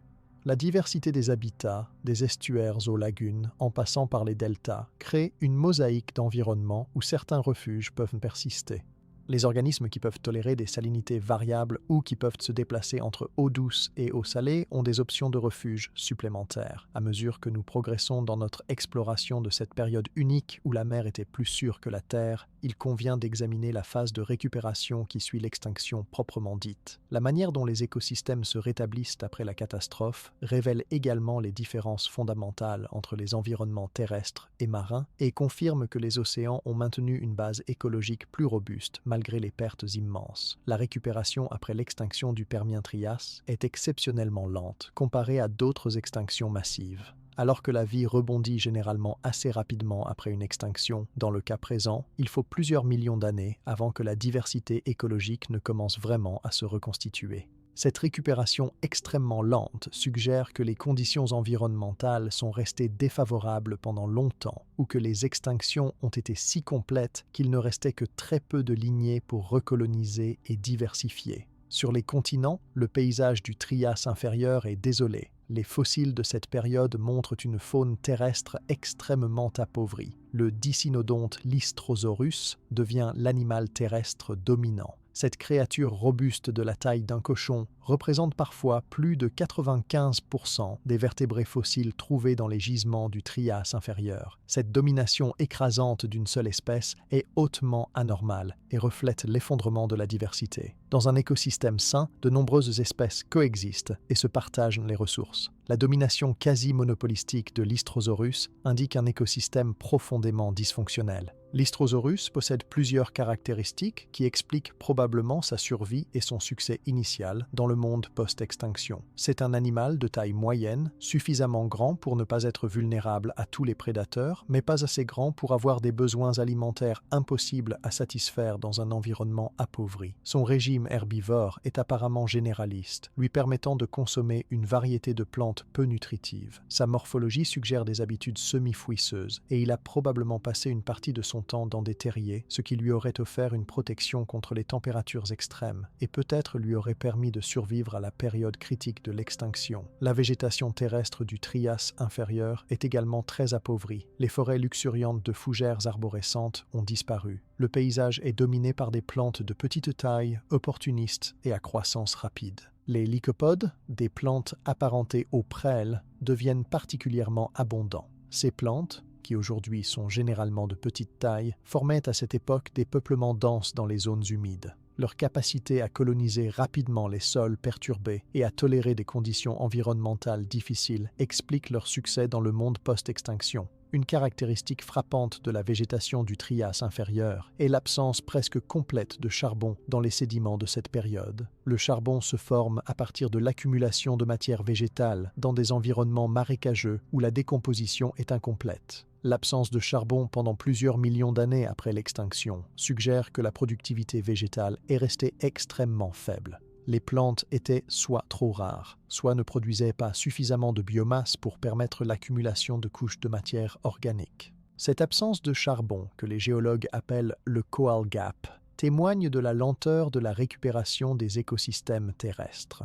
La récupération des écosystèmes terrestres est également entravée par les conditions climatiques qui persistent après la crise initiale. Le réchauffement climatique ne s'inverse pas immédiatement après la fin des éruptions des trappes de Sibérie. Le dioxyde de carbone émis reste dans l'atmosphère pendant des milliers d'années, maintenant des températures élevées. Des épisodes de volcanisme plus modestes continuent sporadiquement, injectant occasionnellement des quantités supplémentaires de gaz dans l'atmosphère. Les sols, dégradés et érodés pendant la crise, ne se reconstituent que très lentement. Sans sol riche et bien développé, la végétation peine à s'établir, créant un cercle vicieux qui ralentit la récupération. Dans les océans, la récupération présente un pattern différent. Bien que la diversité reste également très faible pendant le Trias inférieur, les écosystèmes marins montrent des signes de fonctionnement plus normal que leurs homologues terrestres. Les chaînes alimentaires marines, bien que simplifiées, restent opérationnelles. Le phytoplancton continue à photosynthétiser, produisant la base de la nourriture marine. Le zooplancton broute le phytoplancton. Les petits poissons consomment le zooplancton. Les poissons plus grands chassent les petits poissons. La structure trophique fondamentale persiste, même si la diversité au sein de chaque niveau est très réduite. Les ammonoïdes, qui ont frôlé l'extinction complète avec peut-être une seule lignée survivante, commencent à se rediversifier relativement rapidement. Dans les quelques millions d'années qui suivent l'extinction, plusieurs nouvelles formes d'ammonoïdes apparaissent.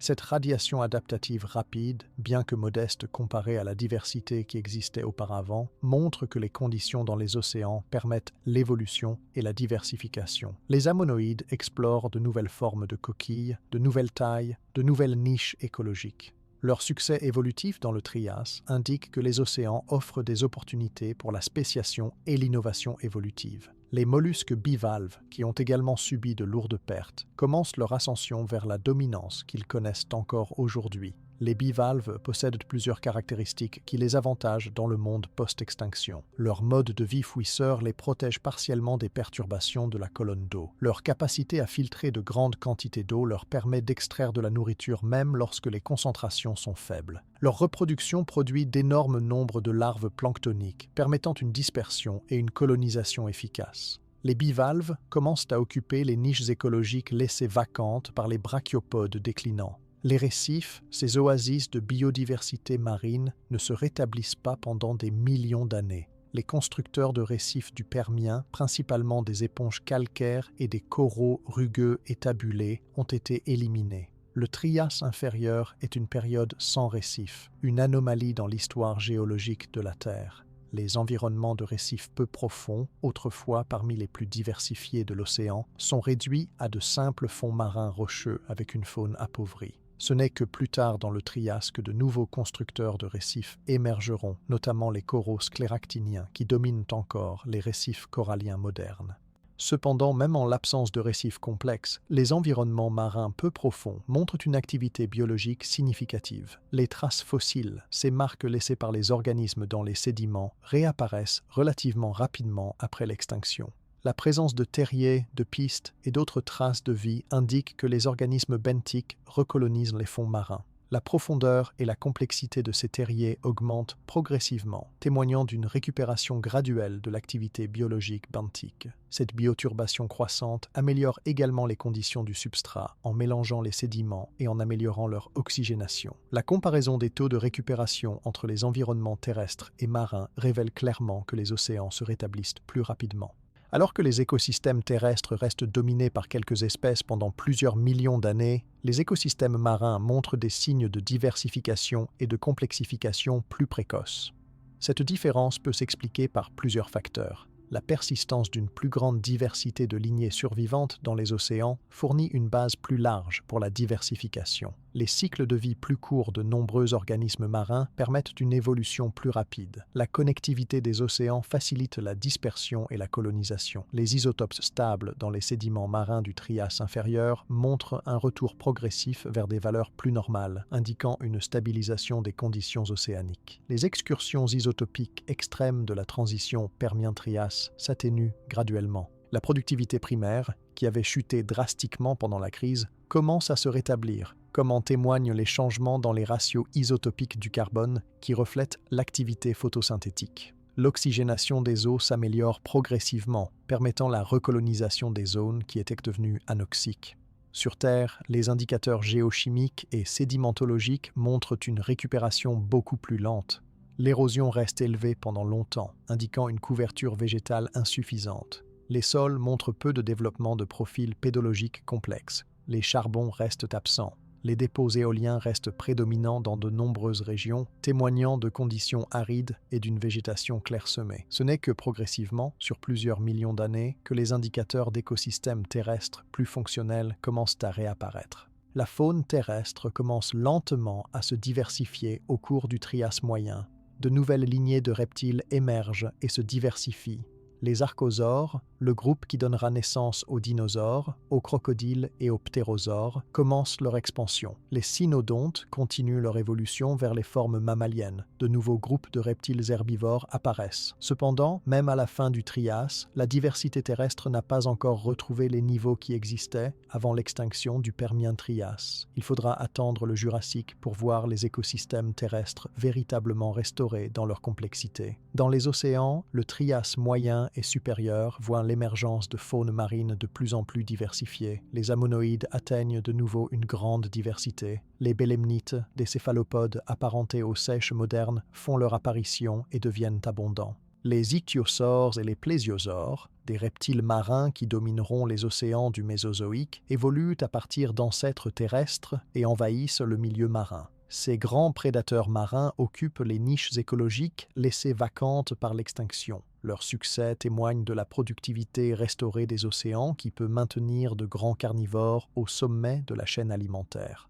L'analyse approfondie de cette période unique soulève des questions fascinantes sur les facteurs qui déterminent la résilience des écosystèmes face aux catastrophes. Pourquoi les océans ont-ils fourni un environnement légèrement plus hospitalier que les continents pendant la crise du Permien-Trias? Les réponses à cette question nous éclairent non seulement sur cette extinction ancienne, mais aussi sur les principes généraux de l'écologie des catastrophes. Un facteur fondamental réside dans les propriétés physiques de l'eau elle-même. L'eau possède une capacité thermique spécifique très élevée, ce qui signifie qu'elle peut absorber ou libérer de grandes quantités de chaleur avec des changements de température relativement modestes. Cette propriété confère aux océans une inertie thermique massive. Les changements de température océanique se produisent beaucoup plus lentement que les changements de température atmosphérique ou terrestre. Cette lenteur protège les organismes marins des fluctuations thermiques brutales qui peuvent être directement létales. De plus, l'eau liquide reste liquide sur une plage de température relativement large à pression atmosphérique normale, de 0 à 100 degrés Celsius. Cette plage englobe la quasi-totalité des températures océaniques réelles, même pendant les périodes de réchauffement extrême.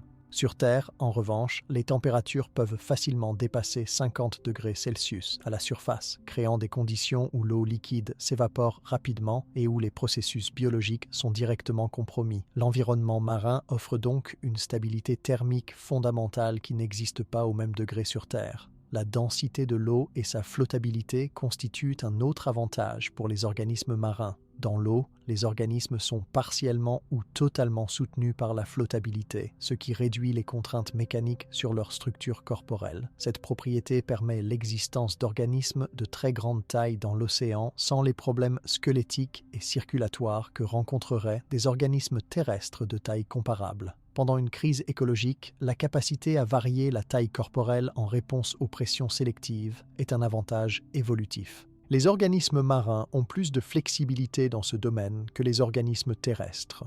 La tridimensionnalité de l'habitat marin offre également des avantages considérables.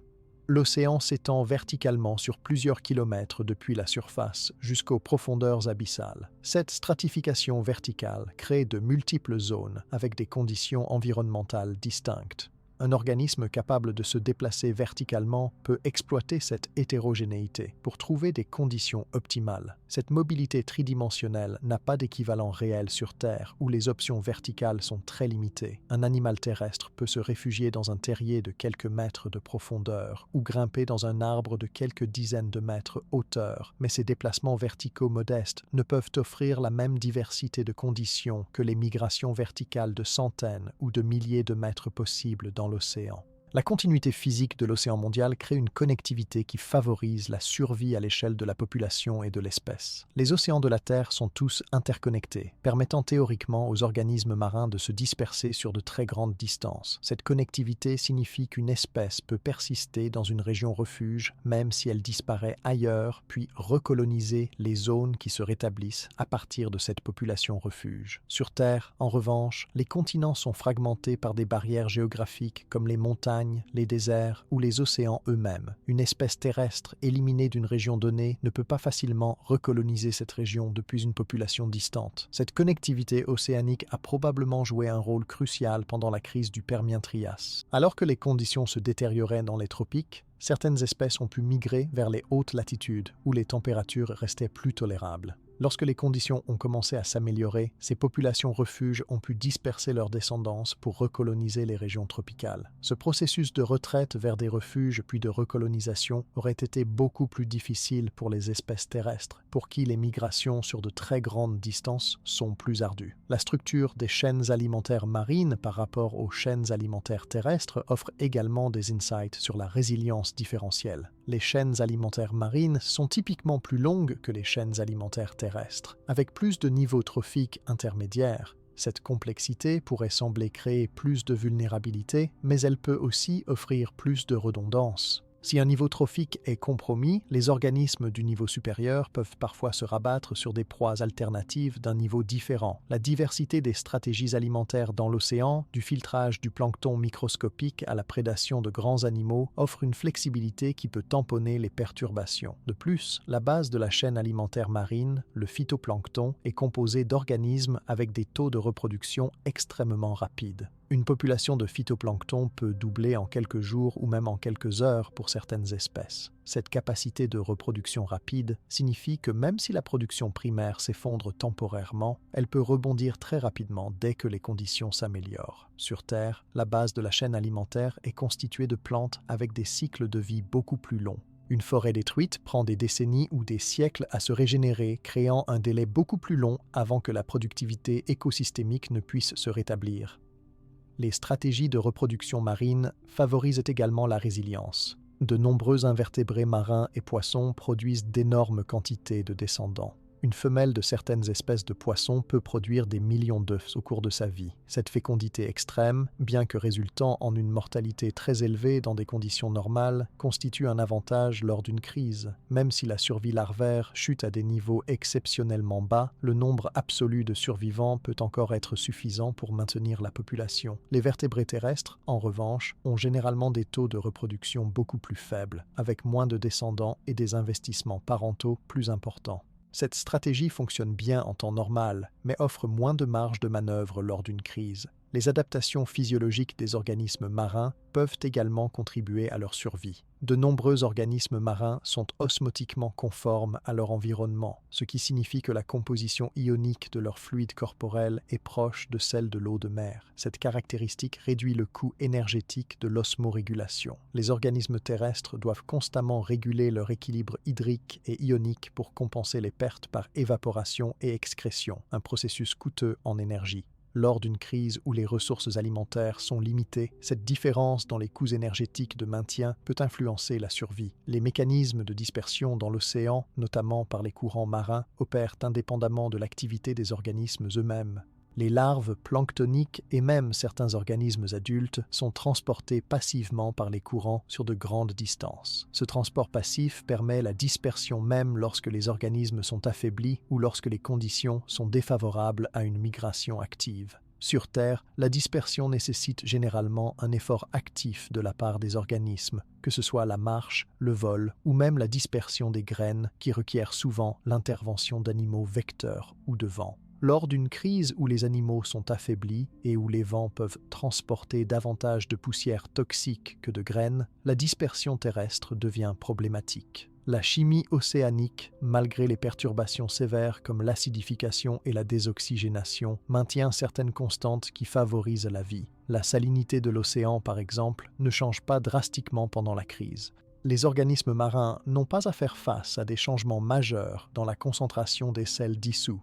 Sur Terre, en revanche, les sols peuvent subir des changements chimiques dramatiques dus aux pluies acides, au lessivage des nutriments, à l'accumulation de sel par évaporation dans les régions arides ou à la contamination par des cendres volcaniques. Ces changements chimiques édaphiques perturbent profondément les communautés végétales et, par extension, les animaux qui en dépendent. La lumière solaire, nécessaire à la photosynthèse, atteint les eaux océaniques de surface malgré les perturbations atmosphériques. Bien que les aérosols volcaniques puissent réduire l'intensité lumineuse, la photosynthèse peut se poursuivre à des taux réduits. Sur Terre, les mêmes perturbations atmosphériques affectent la végétation, mais celle-ci doit également faire face au stress supplémentaire de la température, de l'humidité et de la chimie du sol. La combinaison de multiples stress simultanés est plus dévastatrice que chaque stress pris individuellement, un phénomène que les écologistes appellent les effets synergiques. Les organismes terrestres font face à plus de stress synergique que les organismes marins. Il est important de reconnaître que ces avantages de l'environnement marin sont relatifs et contextuels. Dans d'autres types de catastrophes, les océans pourraient être plus vulnérables que les continents. Par exemple, lors d'un impact d'astéroïde dans un océan, les tsunamis générés seraient dévastateurs pour la vie marine côtière. Lors d'une glaciation extrême, l'eau liquide pourrait devenir limitée même dans les océans, éliminant l'avantage thermique. Mais dans le contexte spécifique de la crise du Permien-Trias, dominée par un réchauffement extrême, des pluies acides et une perturbation de la chimie atmosphérique, les propriétés physiques et chimiques de l'océan ont offert un tampon protecteur partiel. Les leçons que nous pouvons tirer de cette période unique de l'histoire de la Terre résonnent de façon troublante avec les défis environnementaux contemporains.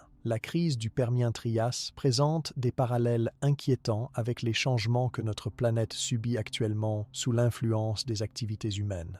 L'examen de cette catastrophe ancienne nous offre une perspective sur ce qui pourrait attendre la biosphère moderne si les perturbations environnementales actuelles se poursuivent sans contrôle. Le principal moteur de l'extinction du Permien-Trias était l'émission massive de gaz à effet de serre par les trappes de Sibérie, conduisant à un réchauffement climatique rapide et intense. Aujourd'hui, l'humanité émet des quantités considérables de dioxyde de carbone et d'autres gaz à effet de serre par la combustion de combustibles fossiles, la déforestation et les activités industrielles. Bien que les émissions humaines actuelles soient beaucoup moins importantes en valeur absolue que celles des trappes de Sibérie, leur rythme est comparable, voire plus rapide. Le réchauffement climatique que nous observons actuellement suit une trajectoire qui, si elle se poursuit, pourrait conduire à des augmentations de température comparables à celles du Permien-Trias. L'acidification des océans, causée par l'absorption du dioxyde de carbone atmosphérique, est un phénomène que nous observons également aujourd'hui.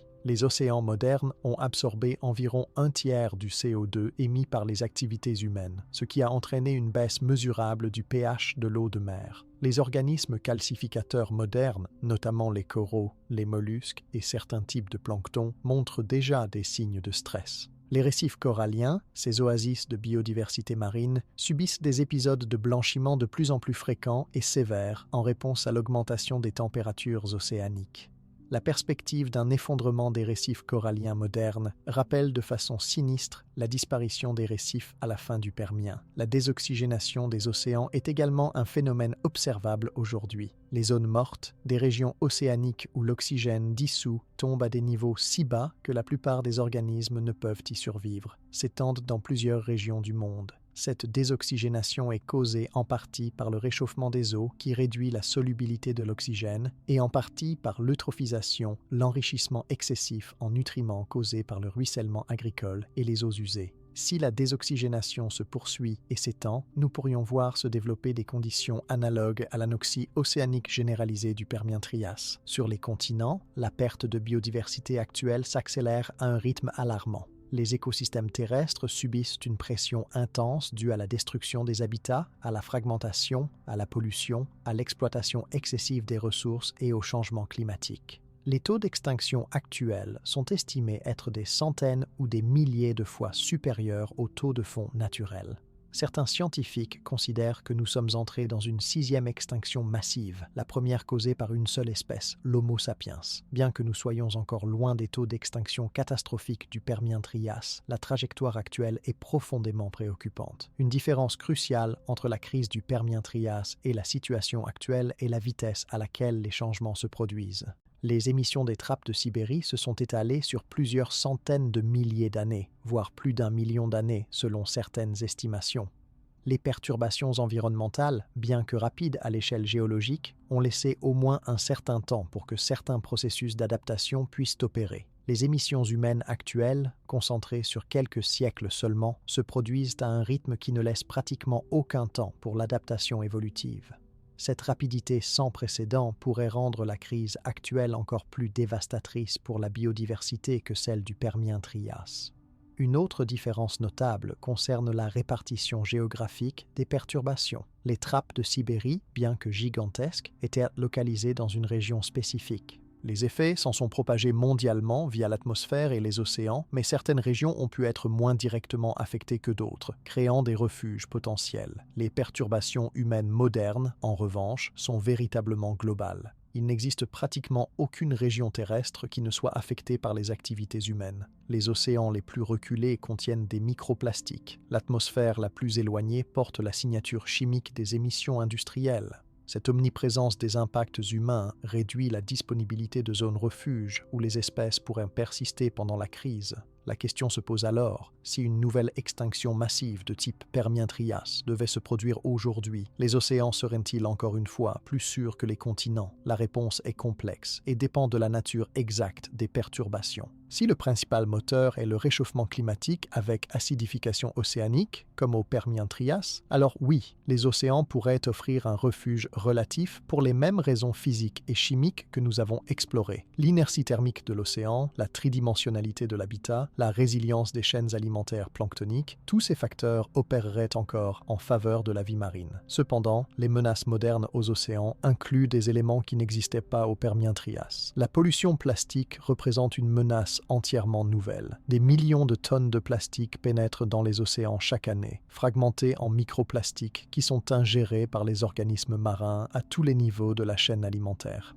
Les effets à long terme de cette contamination plastique généralisée sont encore mal compris, mais ils pourraient compromettre la santé des populations marines de façon significative. La surpêche a également réduit drastiquement les populations de nombreux poissons commerciaux, perturbant les réseaux trophiques marins. Ces facteurs additionnels pourraient réduire la résilience des océans face au stress climatique. Pour les organismes terrestres, y compris l'humanité, les leçons du Permien-Trias sont sévères. Les écosystèmes terrestres ont montré une vulnérabilité extrême face au réchauffement rapide, à la sécheresse et aux perturbations atmosphériques. Si des conditions similaires devaient se reproduire, nous pourrions nous attendre à des effondrements similaires de la productivité végétale terrestre. Étant donné que l'agriculture humaine dépend entièrement de cette productivité végétale, les implications pour la sécurité alimentaire mondiale seraient catastrophiques. Les zones agricoles pourraient devenir inhabitables en raison de températures extrêmes ou de sécheresse prolongée. Les cultures pourraient échouer massivement. Les stratégies de survie qui ont fonctionné pour les organismes du Permien-Trias offrent quelques indications sur les caractéristiques qui pourraient favoriser la résilience. La petite taille corporelle, la flexibilité alimentaire, la capacité à se réfugier dans des micro-habitats protégés, la tolérance aux températures élevées, la capacité à entrer en dormance. Toutes ces caractéristiques ont aidé certaines espèces à franchir la crise. Pour l'humanité, certaines de ces stratégies peuvent être traduites en termes de planification de l'adaptation, la diversification des sources alimentaires, le développement de variétés de cultures tolérantes à la chaleur et à la sécheresse, la création de refuges climatisés, la construction de réserves pour les périodes difficiles. Toutes ces mesures pourraient améliorer notre résilience. Cependant, la principale leçon du Permien-Trias est probablement que la prévention vaut infiniment mieux que l'adaptation. Une fois que les perturbations environnementales atteignent un certain seuil, les capacités d'adaptation deviennent insuffisantes et les extinctions massives deviennent inévitables. La fenêtre d'opportunité pour éviter les pires conséquences du changement climatique actuel se referme rapidement. Si nous ne réduisons pas drastiquement nos émissions de gaz à effet de serre dans les prochaines décennies, nous pourrions franchir des points de bascule climatique qui engageraient la planète sur une trajectoire vers des conditions similaires à celles de la fin du Permien. Les points de bascule sont des seuils dans le système climatique au-delà desquels des changements peuvent s'auto-alimenter et devenir irréversibles. Par exemple, la fonte du pergélisol arctique pourrait libérer d'énormes quantités de méthane actuellement piégées dans le sol gelé, provoquant un réchauffement additionnel qui fondrait encore plus de pergélisol dans une boucle de rétroaction positive. La déforestation de l'Amazonie pourrait atteindre un point où la forêt tropicale ne peut plus se maintenir et se transforme en savane, libérant le carbone stocké dans la biomasse végétale et réduisant l'absorption de CO2 atmosphérique. L'effondrement des calottes glaciaires du Groenland et de l'Antarctique pourrait s'accélérer de façon irréversible, causant une montée des eaux de plusieurs mètres. Au Permien-Trias, des boucles de rétroaction similaires ont probablement amplifié les perturbations initiales causées par les trappes de Sibérie. La libération de méthane des sédiments marins, la mort de la végétation réduisant l'absorption de CO2, l'augmentation de l'albédo due à la perte de forêt, tous ces processus ont probablement contribué à pousser le système climatique vers un état extrême. Une fois ces boucles de rétroaction enclenchées, arrêter ou inverser les changements devient extraordinairement difficile, voire impossible sur des échelles de temps humaines. Alors que nous approchons de la conclusion de notre voyage dans cette période unique de l'histoire de la Terre, il convient de réfléchir plus largement à ce que signifie la notion de sécurité environnementale et comment les catastrophes peuvent inverser nos attentes. L'idée que la mer puisse être plus sûre que la Terre va à l'encontre de notre intuition profonde. Pour les humains, créatures terrestres respirant l'air, l'océan représente un environnement étranger et hostile où nous ne pouvons survivre sans assistance technique. Cette perspective anthropocentrique nous fait naturellement percevoir la terre ferme comme le domaine de la vie et les océans comme des étendues dangereuses. Pourtant, pendant cette période critique de la fin du Permien, cette hiérarchie perçue s'est complètement inversée. Les continents sont devenus des pièges mortels où les températures extrêmes, la sécheresse, les pluies acides et l'effondrement des écosystèmes ont décimé la vie. Les océans, bien que gravement affectés, ont maintenu des conditions plus compatibles avec la survie.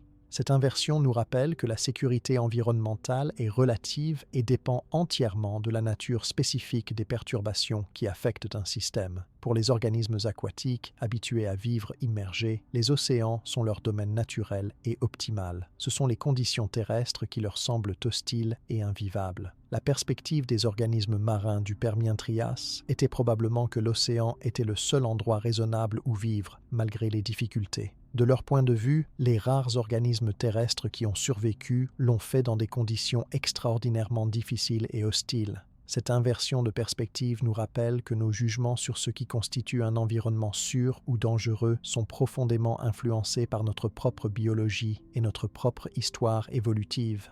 L'extinction du Permien-Trias nous enseigne également l'importance de la diversité des habitats et des environnements à l'échelle planétaire. Si la Terre n'avait été qu'un océan sans continent, les organismes aquatiques auraient disposé d'options limitées lors de la crise. À l'inverse, si la Terre n'avait été que continent sans océan, la vie terrestre aurait été encore plus durement touchée. C'est précisément parce que notre planète possède une diversité d'environnements majeurs, océans, continents, zones côtières, régions polaires, tropiques, zones tempérées, que la vie dans son ensemble a pu persister malgré la sévérité de la crise. Différents environnements offrent différents refuges face à différents types de perturbations. Cette diversité d'environnements crée une redondance systémique qui est cruciale pour la résilience de la biosphère. Lorsqu'un environnement devient inhospitalier, les organismes capables de se déplacer peuvent migrer vers des environnements alternatifs. Lorsque certaines lignées s'éteignent dans un environnement, d'autres lignées occupant des environnements différents peuvent persister et éventuellement recoloniser. Cette redondance géographique et écologique est l'une des raisons pour lesquelles la vie sur Terre a pu survivre à toutes les extinctions massives sans jamais être complètement éradiquée. La durée de la crise et de la récupération souligne également l'importance des échelles de temps en écologie des catastrophes. La perturbation initiale de la fin du Permien, bien que dévastatrice, s'est probablement déroulée sur quelques dizaines ou centaines de milliers d'années. Ce n'est pas long à l'échelle géologique, mais cela représente des centaines ou des milliers de générations pour la plupart des organismes. Cette durée a permis à certains processus d'adaptation de se produire. Les populations ont pu évoluer en réponse aux pressions sélectives, même si le succès de ces adaptations a été limité face à l'ampleur des changements. La récupération, en revanche, s'est étalée sur plusieurs millions d'années. Cette durée exceptionnellement longue reflète la profondeur de la perturbation écologique. Lorsqu'un écosystème perd la majeure partie de sa diversité fonctionnelle, la reconstruction de cette complexité par les processus évolutifs prend énormément de temps. De nouvelles espèces doivent évoluer pour occuper les niches écologiques vacantes. De nouvelles interactions écologiques doivent se former. De nouveaux équilibres trophiques doivent s'établir. Tout cela nécessite de multiples cycles de spéciation et d'extinction, un processus mesuré en millions d'années. Pour l'humanité moderne, ces échelles de temps sont presque incompréhensibles. Notre civilisation a à peine 10 000 ans. L'histoire écrite couvre moins de 6 000 ans. Notre propre expérience temporelle se mesure en décennies. L'idée qu'un écosystème puisse nécessiter 5 millions d'années pour se rétablir d'une perturbation dépasse notre capacité de planification et même notre capacité d'imagination. Pourtant, c'est précisément cette échelle de temps qui s'applique aux perturbations environnementales majeures. Si nous provoquons une extinction massive, la récupération de la biodiversité planétaire ne sera pas quelque chose que notre espèce verra, ni nos descendants, sur des centaines de milliers de générations. La fin du Permien marque également un tournant majeur dans l'histoire évolutive de la vie sur Terre. Les groupes qui dominaient les écosystèmes paléozoïques ont été largement éliminés ou réduits à des rôles marginaux. Les synapsides, qui régnaient sur les continents, ont cédé la place aux archosaures. Les brachiopodes, qui dominaient les fonds marins, ont été supplantés par les bivalves. Les trilobites, présents depuis le Cambrien, ont disparu définitivement. Ces changements dans les acteurs dominants de la vie terrestre illustrent comment les extinctions massives peuvent fondamentalement réorganiser la structure de la biosphère. Cependant, il est important de noter que la vie elle-même n'a jamais été en danger d'éradication complète. Même lors de la pire catastrophe que la biosphère ait connue, une fraction significative de la diversité a survécu. Cette persistance de la vie face aux pires catastrophes imaginables témoigne de la résilience fondamentale des systèmes biologiques. La vie, dans sa diversité et sa flexibilité, possède une capacité remarquable à s'adapter, à évoluer et à persister face à l'adversité. Pour les organismes qui ont survécu à la crise du Permien-Trias, le nouveau monde qui a émergé offrait des opportunités sans précédent. Les niches écologiques laissées vacantes par les espèces éteintes représentaient des ressources inexploitées que les survivants pouvaient coloniser. Cette opportunité a stimulé des radiations évolutives rapides. Les archosaures ont diversifié en une multitude de formes, conduisant finalement à l'évolution des dinosaures qui domineront le Mésozoïque. Les cynodontes ont continué leur évolution vers les formes mammaliennes, bien que les mammifères resteront modestes pendant l'ère des dinosaures. Dans les océans, de nouveaux groupes de reptiles marins ont émergé et prospéré. La période Trias qui a suivi l'extinction représente donc non seulement une récupération, mais aussi une réinvention de la vie terrestre. Les écosystèmes du Trias, bien que construits à partir des survivants du Permien, présentaient des structures et des dynamiques fondamentalement nouvelles. Ce schéma de destruction suivi de reconstruction et d'innovation s'est répété à travers toutes les extinctions massives de l'histoire de la Terre. Chaque grande extinction a éliminé les formes de vie dominantes et a ouvert la voie à de nouvelles lignées qui ont pu explorer des stratégies évolutives différentes. Dans ce contexte, l'extinction du Permien-Trias peut être vue non seulement comme une catastrophe, mais aussi comme un événement créatif dans l'histoire de la vie. Sans cette extinction, les dinosaures n'auraient probablement jamais évolué. Les mammifères n'auraient peut-être jamais eu l'opportunité de développer les caractéristiques sophistiquées qui les caractérisent aujourd'hui. L'humanité elle-même, descendante lointaine de ces petits cynodontes qui ont survécu en se cachant dans des terriers, ne serait jamais apparue. Notre existence est donc, dans un sens très réel, une conséquence de la pire catastrophe de l'histoire de la vie terrestre. Cette réalisation devrait nous inspirer une profonde humilité face aux forces qui ont façonné l'histoire de notre planète. Les processus géologiques et climatiques opèrent à des échelles d'énergie et de temps qui dépassent de loin notre capacité d'influence directe. Les trappes de Sibérie ont libéré des quantités de lave et de gaz qui éclipsent tout ce que l'humanité pourrait produire. Pourtant, paradoxalement, nous vivons maintenant à une époque où les activités d'une seule espèce peuvent effectivement influencer le climat global et le fonctionnement de la biosphère. Cette puissance nouvellement acquise vient avec une responsabilité proportionnelle que nous commençons à peine à appréhender. Les océans modernes, qui ont fourni un refuge relatif pendant la crise du Permien-Trias, font maintenant face à leurs propres défis multiples. Le réchauffement climatique, l'acidification, la désoxygénation, la pollution plastique, la surpêche, tous ces facteurs de stress se cumulent et se renforcent mutuellement. Les récifs coralliens, ces oasis de biodiversité comparables aux forêts tropicales terrestres en termes de richesse biologique, sont parmi les écosystèmes les plus menacés. Leur possible disparition dans les décennies à venir serait une perte catastrophique pour la biodiversité marine et répéterait, à une échelle réduite, l'effondrement des récifs du Permien terminal. Sur les continents, les défis ne sont pas moins pressants. La déforestation continue de réduire les habitats forestiers, l'expansion agricole transforme les écosystèmes naturels en monoculture, l'urbanisation fragmente les paysages et isole les populations d'organismes sauvages. Le changement climatique déplace les zones climatiques plus rapidement que de nombreuses espèces ne peuvent migrer. La combinaison de ces facteurs crée une situation où de nombreuses espèces se retrouvent sans habitat convenable, piégées entre des environnements dégradés et des barrières à la dispersion. Pour ces espèces, il n'existe pas de refuge, ni sur Terre, ni dans la mer. Face à ces défis, que pouvons-nous apprendre de la seule période de l'histoire où la mer était plus sûre que la Terre? Peut-être la leçon la plus importante est que la résilience repose sur la diversité et la connectivité. Les écosystèmes qui maintiennent une grande diversité d'espèces et de niches écologiques sont mieux équipés pour résister aux perturbations. Les paysages qui maintiennent des connexions entre différents habitats permettent aux espèces de se déplacer en réponse aux changements. Les régions qui préservent des refuges où les conditions restent favorables servent de source pour la recolonisation lorsque les conditions s'améliorent ailleurs.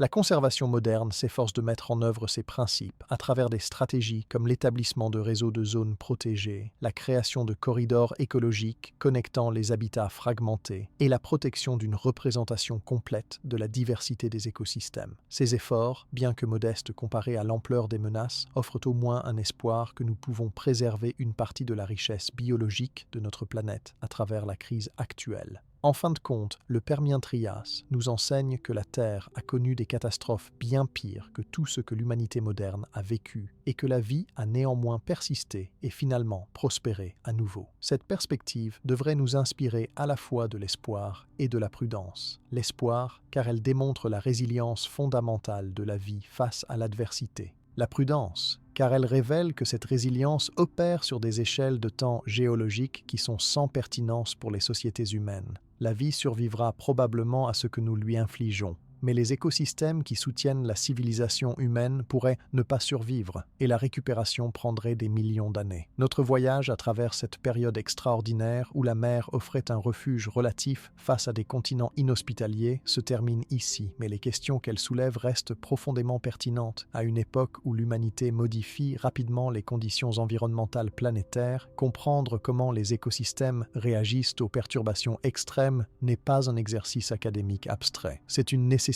existentielle.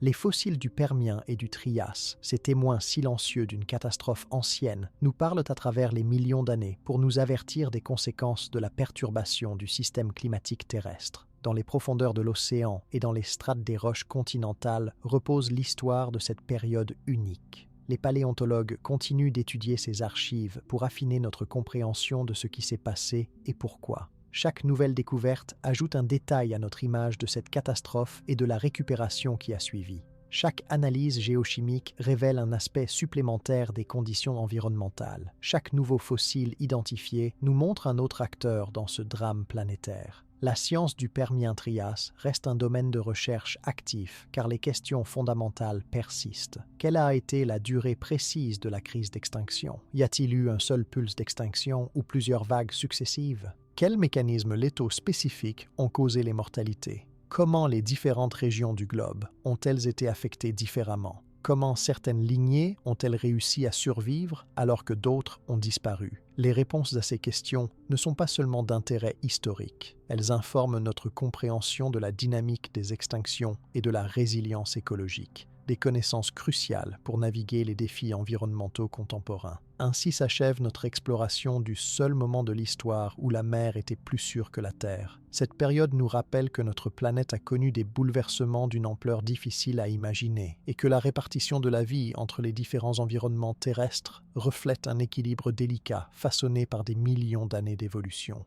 Lorsque cet équilibre est perturbé par des forces cataclysmiques, qu'elles soient naturelles comme les trappes de Sibérie ou anthropiques comme nos émissions actuelles, les conséquences se répercutent à travers toute la biosphère de façons imprévisibles et souvent catastrophiques. La sagesse nous commande de tout faire pour éviter de répéter à notre époque la tragédie qui s'est jouée il y a 252 millions d'années aux confins du Permien et à l'aube du Trias.